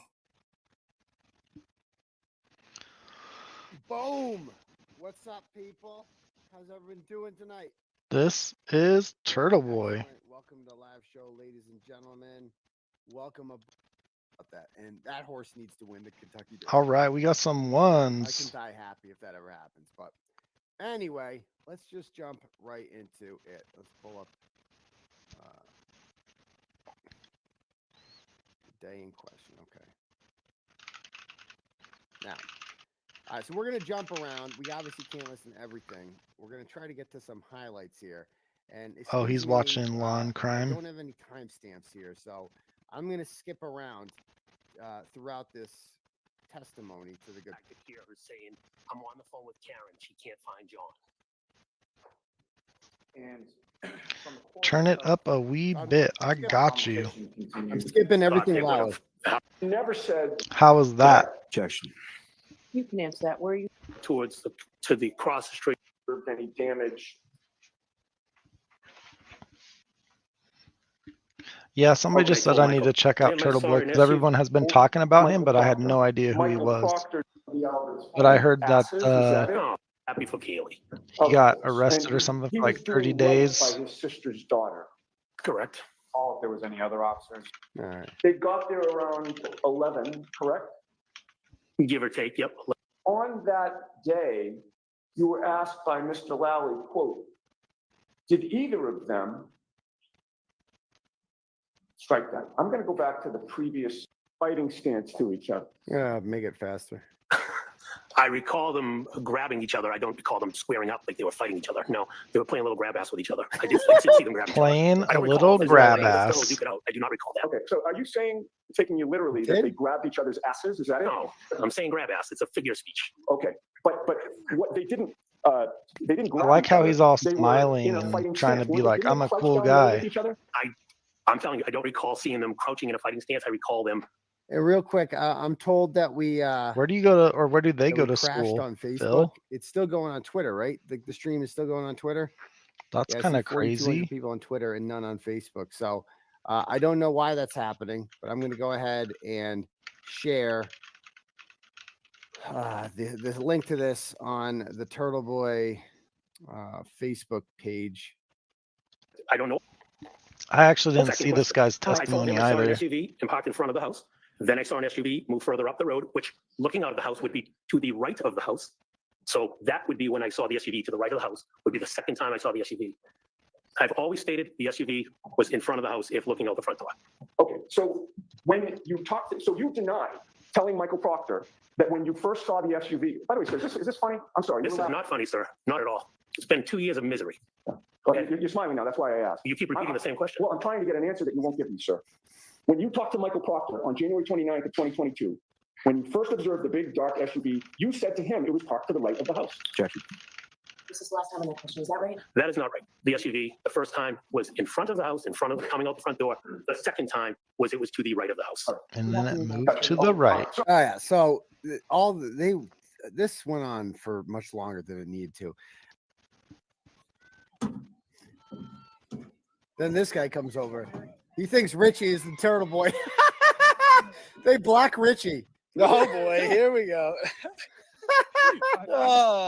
I'm about 5'8" 3/4. How much do you weigh? Oh, I'm thin. You're very thin. Yeah, you look sharp the other day in court. You Oh, look that's the great. guy that was You up look on great. the. No, but seriously, how long? stand? Why did she? How long ago How did can you watching the game for some Then this reason? I'm watching the game. You're watching the But I'm game. hanging out with Are my you friends. Please don't touch me, sir. Please don't touch me. So I'm Oh, here you know, watching the game. Actually, I'm a staff here. Okay. You need to step away because I don't think you're Step watching away from what? from the stands, and you can probably take off on. Well, this, and I later found out this guy is not staff. He works for Canton. He is not staff at all. Does not work for Bo Ricca. He works for Canton. So he's lying, just to be clear. This is a public event, right? It is. And I paid to come in. And actually, you shouldn't be harassing people in the. I'm not harassing. I'm here to watch. I'm here to watch a lacrosse game. Who are you watching, sir? I just like to watch lacrosse in general. Bill Ricca against Canton. I mean, why do you guys? I mean, I just want to watch the game. What's wrong with the game? What's wrong with watching the game? You don't even know what the game is? It's Canton against. I believe it's called lacrosse, right? What? Why should I leave? Police are coming for It's a what? well, it's a public event. What's wrong? What am I doing wrong? You're bothering people. I'm just standing here trying to watch a game. You're not a fan. You can do it outside. I don't have to be a fan. Okay, so are you like what law am I breaking right now? This is our facility. We're asking you to leave. Okay, We have what's the right to the ask you to problem? leave. I'm just And I'm okay. So I'm saying watching no. a game. What rule have I broken? You're filming young girls. Yeah. I'm filming young girls. See, that's what they Filming young bullshit. They're like- girls. They love to do that. Oh, you're a pedophile. You're filming young girls because they have nothing. Because I'm not breaking any laws. Filming That's young. crazy. I'm not. I didn't even point the fucking He camera. just at the goes field. through I the don't even give a shit testimony. about this game. I'll I don't watch really care. I say I care, but Turtle I Boy don't really care later. about the game at all. I don't know the names of anyone on the field. All right, what should we check out? The audacity. I think they're talking to Turtle Boy. Like Turtle Boy went there to talk to that guy who was on the stand. You know, obviously at a lacrosse game, and they're just freaking out.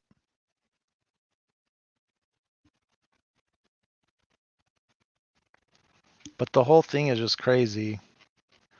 I heard about it like months ago, and then people were saying that they have it on video that her taillight wasn't broken until later on. So how could he have done it? Cy Ray? We could watch some Cy Ray. What episode?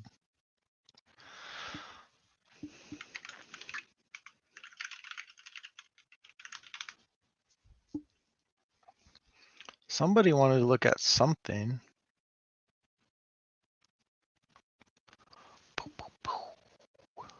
What was it?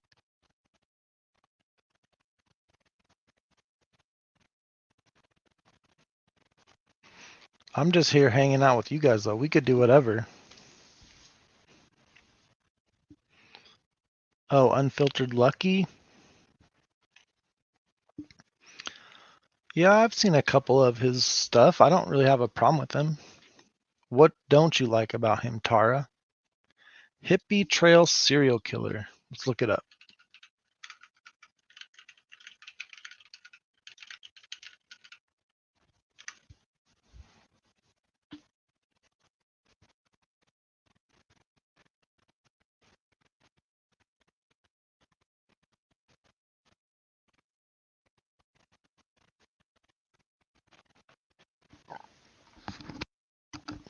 Is one of these it, Moon?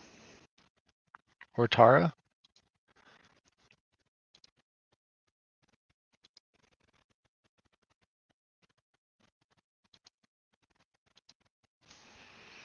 Sandra Ladd, is that the people that are from Canton as well?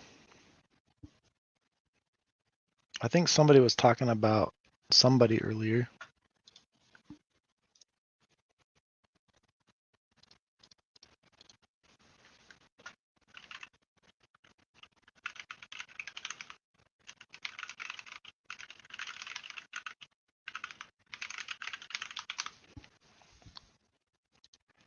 Yeah, you'll get it like a few seconds late on YouTube from when I'm actually talking.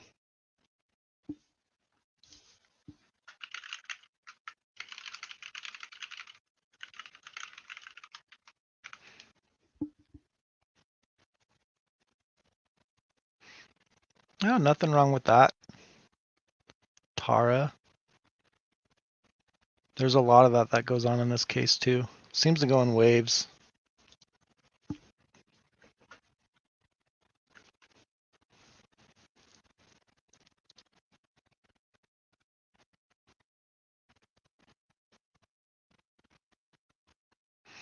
I saw something crazy today where like this guy found a hidden camera in his front yard or his neighbor's front yard that was pointing out his house.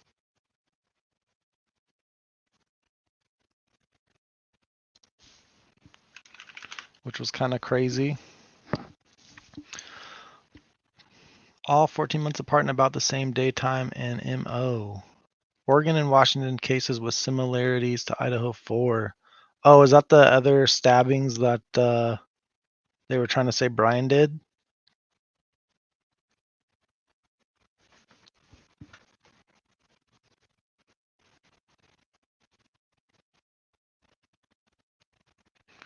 Heather said she sent me a video.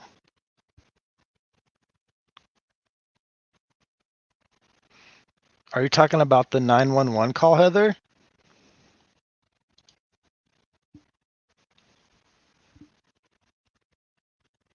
Charles Salbrage, that's this guy, right?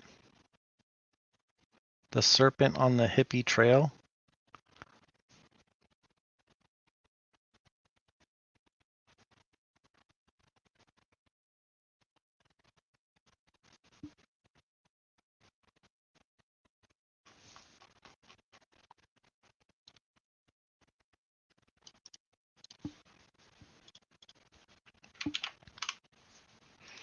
Let's see what we can find. Serpent serial killer Charles Salbrage on his backpacker murder spree.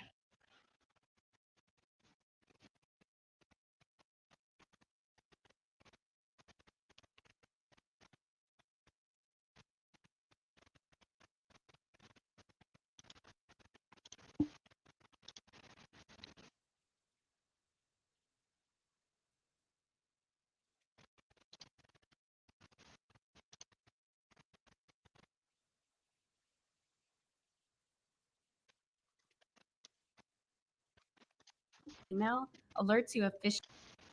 It's thought that for every 100 people, at least one of them will be a psychopath.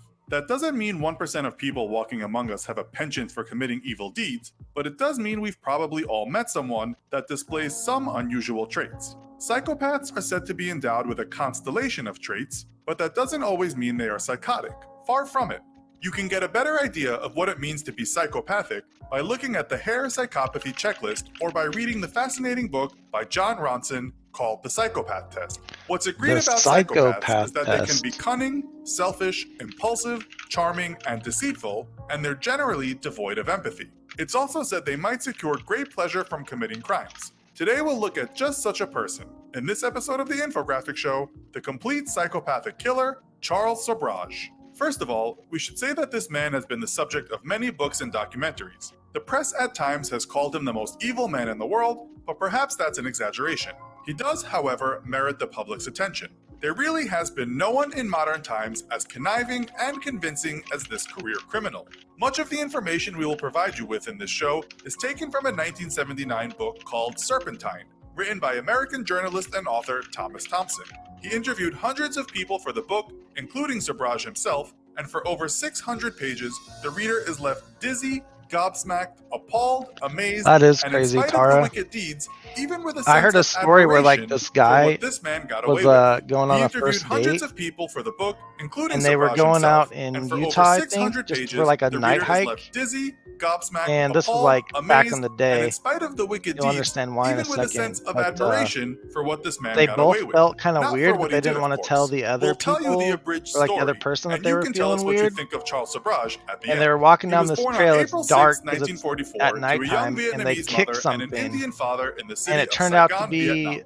His full name was Bundy's Hachin victim, Banani and Gurumuk Bundy was in the Charles bushes Sobrage. right next to You them. could say he got a bad start in life, as his parents were not married, and Sobrage was therefore stateless, meaning officially he didn't exist. His parents had a torrid relationship, and soon his father, a man struggling with a small tailoring business, left the mother and child. It's said the young Sobrage would routinely scream for his father, often running away to find him.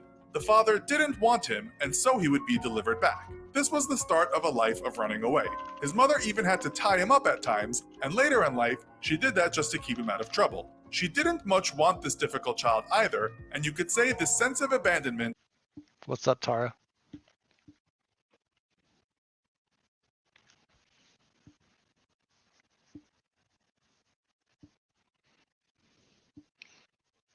Puget, this video sucks. I mean, you're probably not wrong.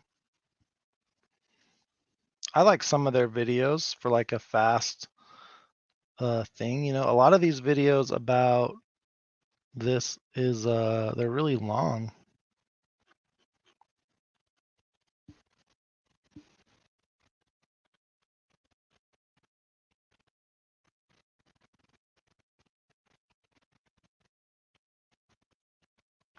Most of them are like 50 minutes. Yeah, we could try this one.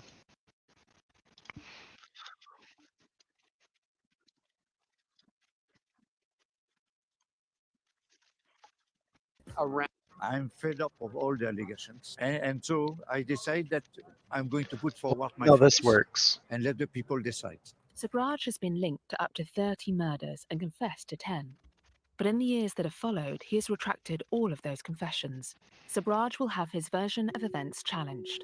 Former detectives will pursue all of the existing evidence against him, and a forensic psychologist will conduct a full psychological profile to determine whether Sobrage is a Now he's psychopath and innocent. remains a danger to society.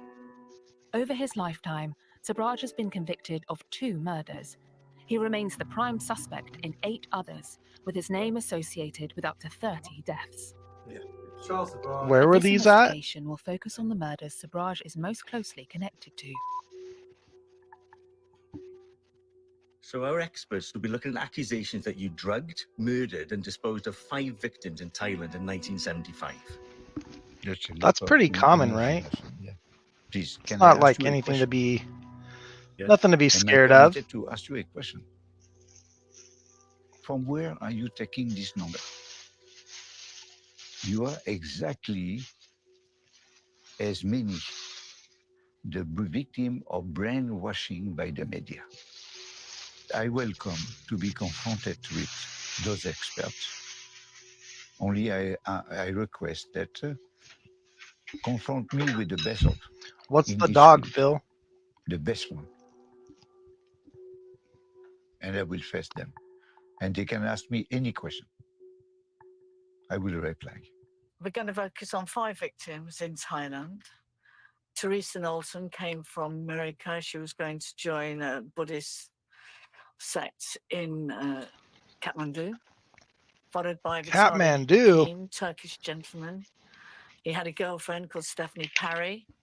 Here we have Henk Bintanja traveling with his girlfriend Cornelia, known as Cocky. These were a Dutch couple. You have crime scene photos there. Is it important to Where's show this them? in Nepal? It's important to show them because we talk about death. This is the reality of death. They were alive and vibrant, young people. Sadly, these victims have been forgotten, but we are going to not forget the victims in this program. Now, in this book, there is a mass of detail for each of those murders as to how he met them, how he conveyed them to the deposition site, what he did with the bodies, and that detail is only known by the killer. Did you rob people? Robbing, yes, I did. Did you drug people? Yeah, I did. Did you take their passports? I did. When you were interviewed for the book, there are confessions to a number of murders which you say you didn't do. Were you not concerned about the ramifications that could lead you to subsequently? Okay, here let me explain. Richard Neville, he said you don't worry because I will write that it is alleged or suspected. When you And when the book was released, I read it. Then at that time, what I did, I called Neville. I'm sorry to use this word. I told Neville, you mother. You told me so and so, but you wrote in the book that thing. I want to show you some photographs of people, and I want to, if you can remember whether or not you met them. This is a picture of Teresa Knowlton. Did you ever meet her? I cannot say that I met her or I didn't meet her. What I want to do is ask you whether or not you have met this man, Vitaly Hakim, a Turkish man. Do you know him? That, no, I don't know him. Never met him. Do you know? And in this case, madam, the police themselves, they stated in their file in the Indian court that the father came before the police commission and stated that my son is alive. Did you have his passport? Did you have his passport? No, I didn't have his passport. You've never met him before? Yeah. Okay. This person, Stephanie Parry, is a friend of What if it's Vitaly connected to his Hakim. head, though, P. Did you meet her? With the Ninja Thirsty Drink System, choose or combine any of our flavors. Pick still or sparkling, flavor intense. No, I don't remember having met her. You've never met her? Because, again, I repeat, I have so many customers. Sure. This is the photograph of Henriquez and his girlfriend, Cornelia, known as Cocky. Do you know them? Well, I don't remember the faces. It's so long. But this couple, I met them first in Hong Kong. And when they learned that I was a gems dealer, I told them I was a gem dealer, then they wanted to buy some gems. What were the gems that they were interested in? I don't remember. You are asking something of 50 years, more than 50 years. Yes. The thing is, Charles, that you have a very good memory about certain things, very good memory. But on other things, when I put it to you, your memory fades. Your memory fades. No, it's not failed. I say exactly the But fact. it has faded because you gave them your visiting card. They came to see you. They bought to buy some stone. Did they but come you are telling me which stone, I cannot tell you. But like I said, sometimes I'm going to And those suggest to you, question- you well, have that question you selective are- memory. That question you're asking me, nobody had asked me before. What kind of stone they bought? Nobody. This is the first time. This book. I swear that's Jackie Let me just Chan do a with little the bit wig talking, on. because you do a lot of talking, if you don't mind me saying, Charles. What is very, very difficult to understand is why Anybody that's intelligent. No, let me finish, please. If you let me, hey, let me explain. Yeah, but I'm explaining you the I case. ask you the question, Charles. Yeah. Let me ask you the Okay, question. okay. Somebody as intelligent as you, why do you implicate yourself in this book and how you met these people, all of these people, Teresa? Okay. But why would you implicate? No, let me please ask the question. Why would you tell somebody for $20,000 and sell your soul? Why would you sell your soul for $20,000? Why? That's why I cut my the paper is relationship, kids, my relation duh. after with Richard Neville when the book appeared. Because I didn't agree to what he wrote, madam. I've told you already. But you said, no, let me just ask. Now it is to you to believe me. Listen, I am telling you my part. Now it is to you to believe me or not believe me. Well, you definitely got the nerd part right. It is, madam, yeah, don't get too excited. Paul Britton is a leading forensic psychologist. He has decades of experience interviewing serial killers and assisting the police in high-profile murder investigations, such as that of Fred and Rose West. The plan is for him to join the investigation to produce a psychological profile of Sabraj and determine if he's a dangerous psychopath. Psychologist Paul Britton is keen to further explore the importance of drugs in the execution of Sabraj's crimes. How would you select? How would you decide who you would sleep in that way? Mostly, I would have taken what I call those victims, but which I call, let's say, clients, to make it simple, right? But in discussion. May I stop you for and thank you, because it's not an easy thing to do. You have used the term quite correctly of victims, and yes, you mentioned clients, but the measurement of dosage is quite a difficult discipline, and it's so easy to get it wrong. And that is something that must have happened with you from time to time. Well, how do you deal with that? Nobody has died from drugs, from my drugs. But it's quite a difficult enterprise to put yourself in. Well, what I did, I read some pharmaceutical books, and then also I tried those drugs, not on me. On who? On some of the hippies that I ask, okay, because they're taking drugs. I will then ask them, for example, okay, when you take such a dosage, okay, take it. And you tell me, then I will look at my watch. So you use them as guinea pigs? Yeah, exactly. Okay, we'll leave that there then for the moment. Okay. Thank you very much indeed. Please. Even though he's nearly 80, do you think there are signs there that suggest he's still a dangerous man? Look, this is a man who still believes that unless the world, those around him, can provide what he believes is his right, he will find a way to take it. That's what I would expect. So dangerous? I would not want to say he's not dangerous.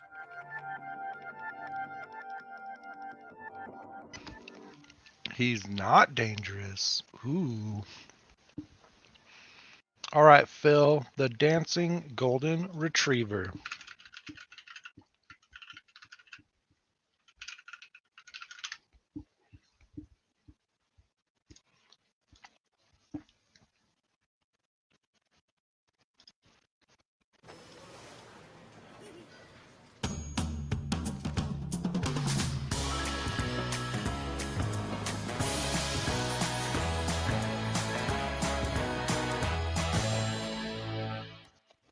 One of these days we won't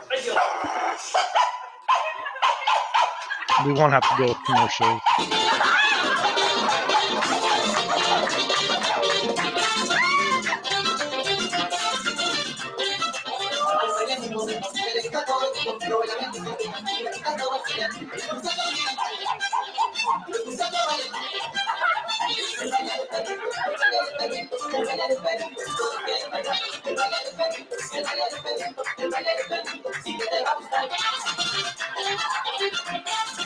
These dogs got better dance moves than I do.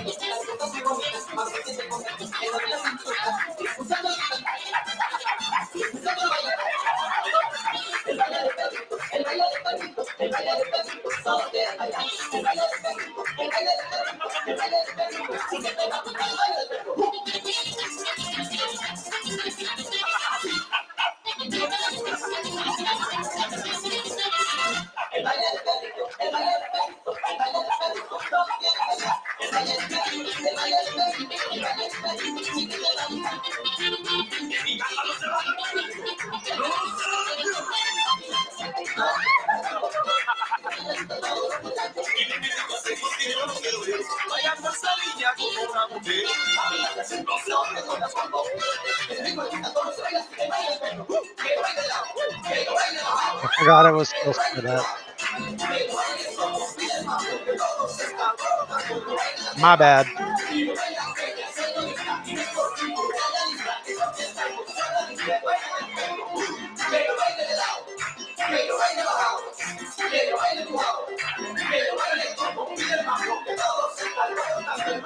Look at how happy that dog is, though. It's all smiles.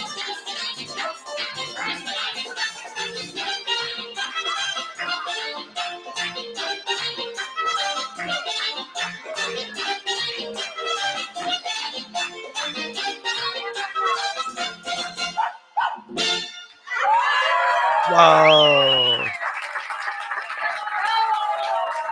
That's crazy.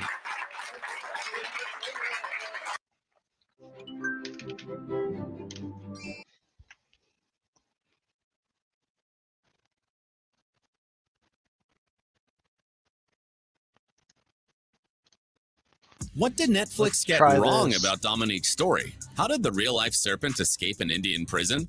Was Maria Andre the serpent's victim or his partner?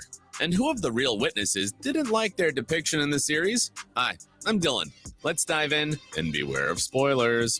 The serpent and his poison. I have never killed her, nor did I met her.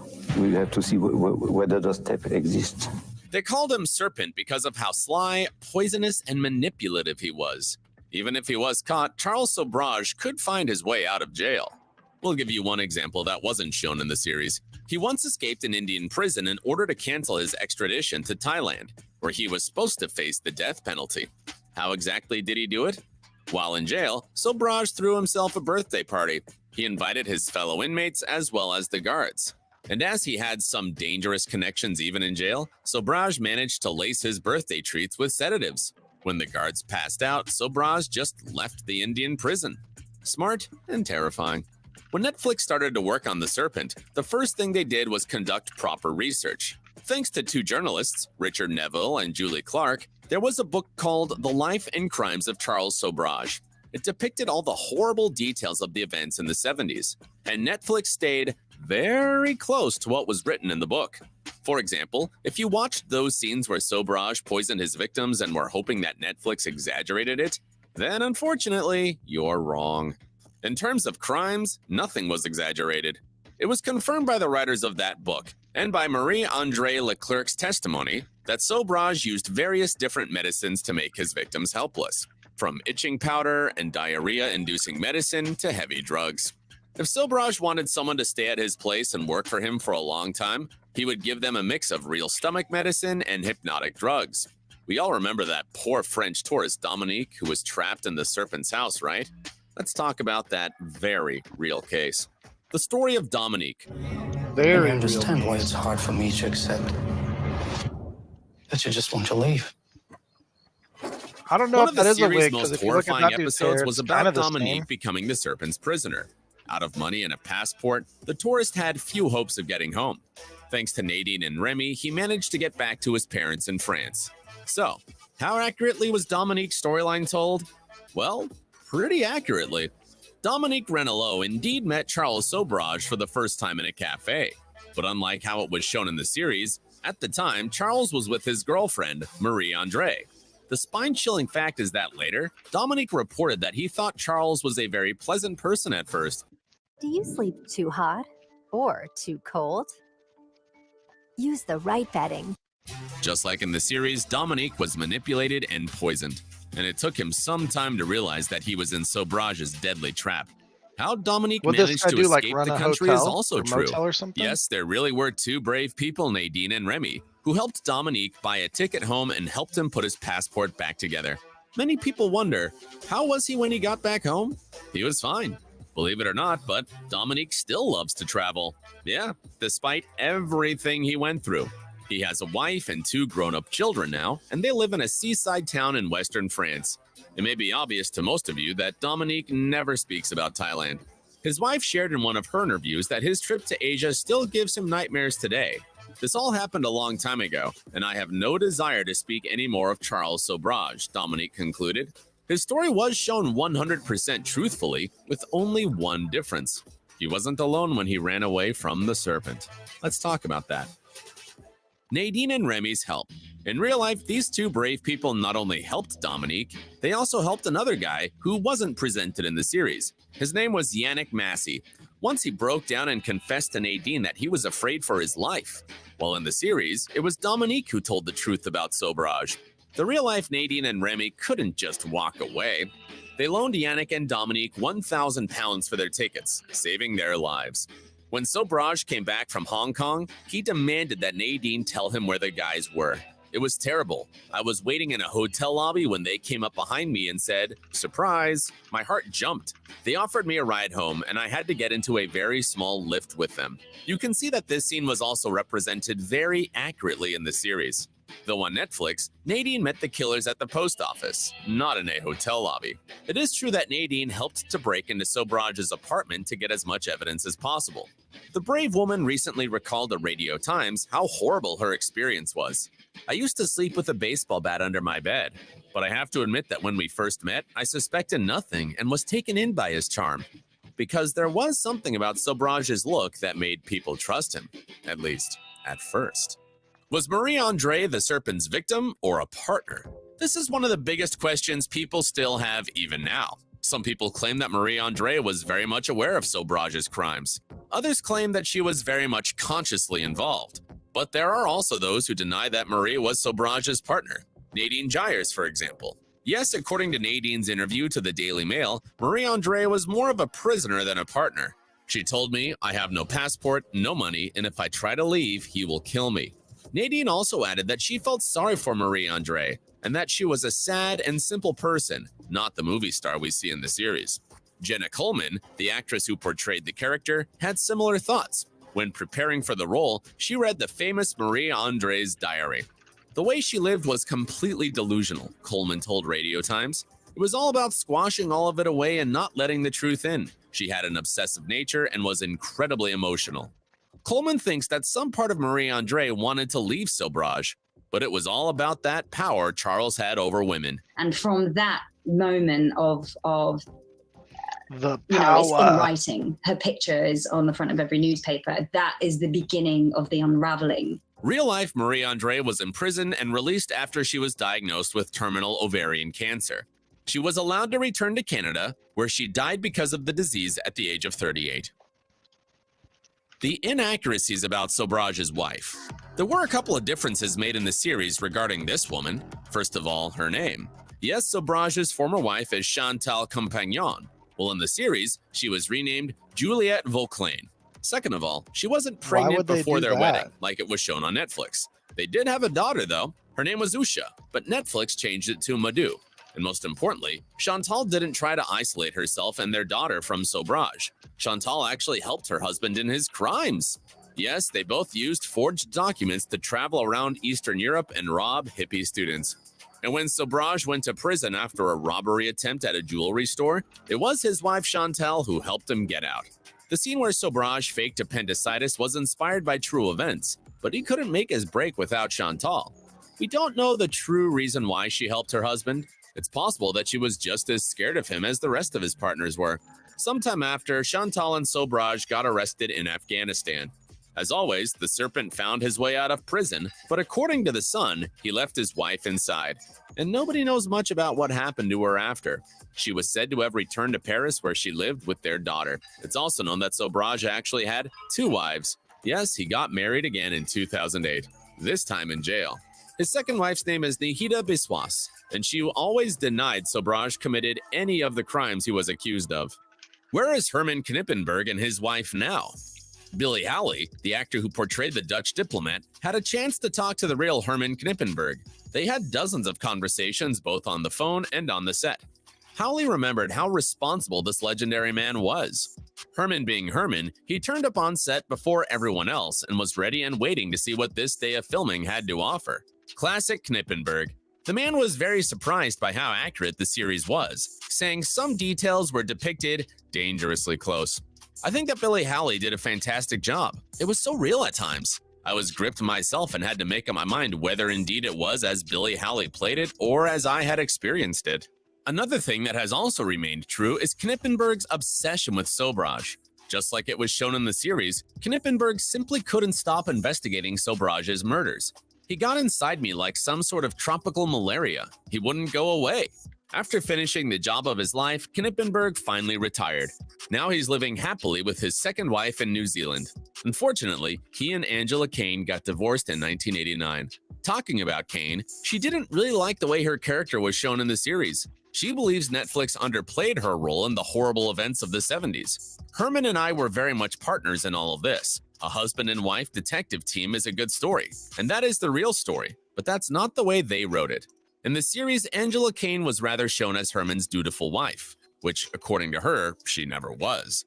I would have liked certain things to be different, and I have told them that, but it is what it is. Sometimes fiction needs the real facts to step aside so the drama can work better. Do you know who'd love to watch the series? Charles Sobrage. His ego is always happy when anyone tries to tell his story.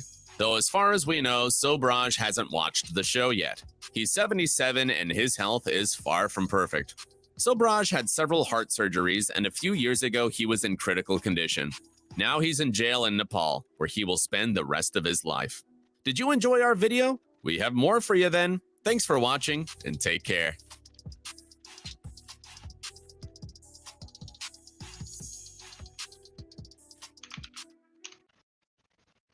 Hey, Cover Girls. Plant Power?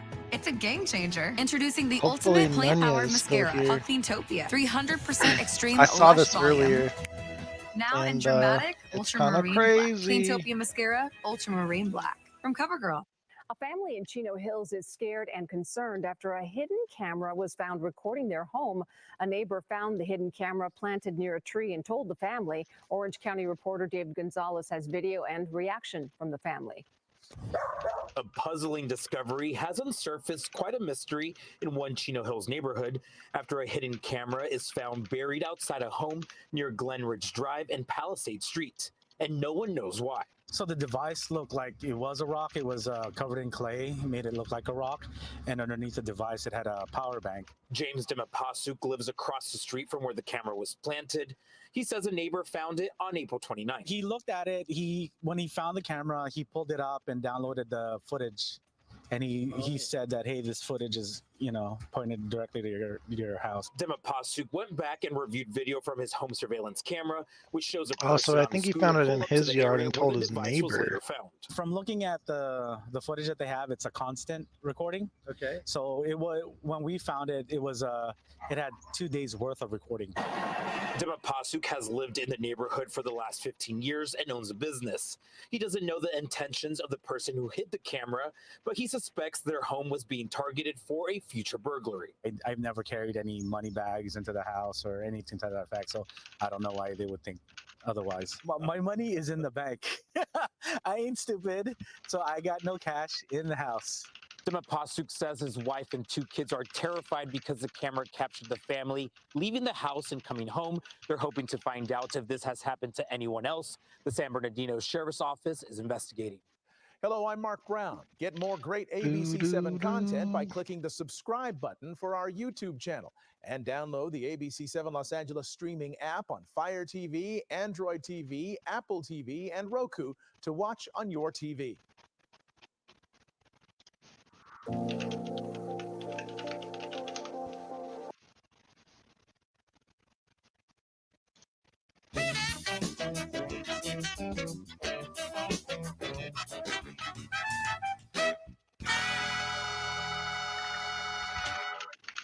Ordinary dish soaps can leave invisible grease behind. Only Dawn Platinum removes 99. What should we do now?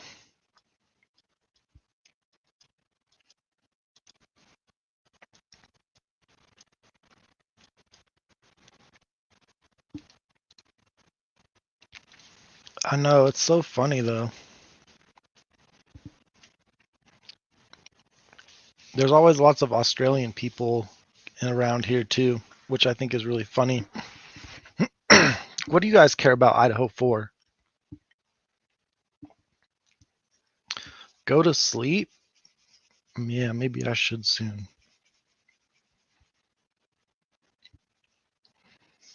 I do want to get up early and watch that trial actually, so I am going to do that, Tara. So with that being said, it has been fun. We'll do this again sometime. Drive to Alibi. Not tonight, you crazy. All right. I'll see you guys later. Maybe I'll go live tomorrow after the trial or something. We'll see. Like and subscribe. We'll see you around. Later.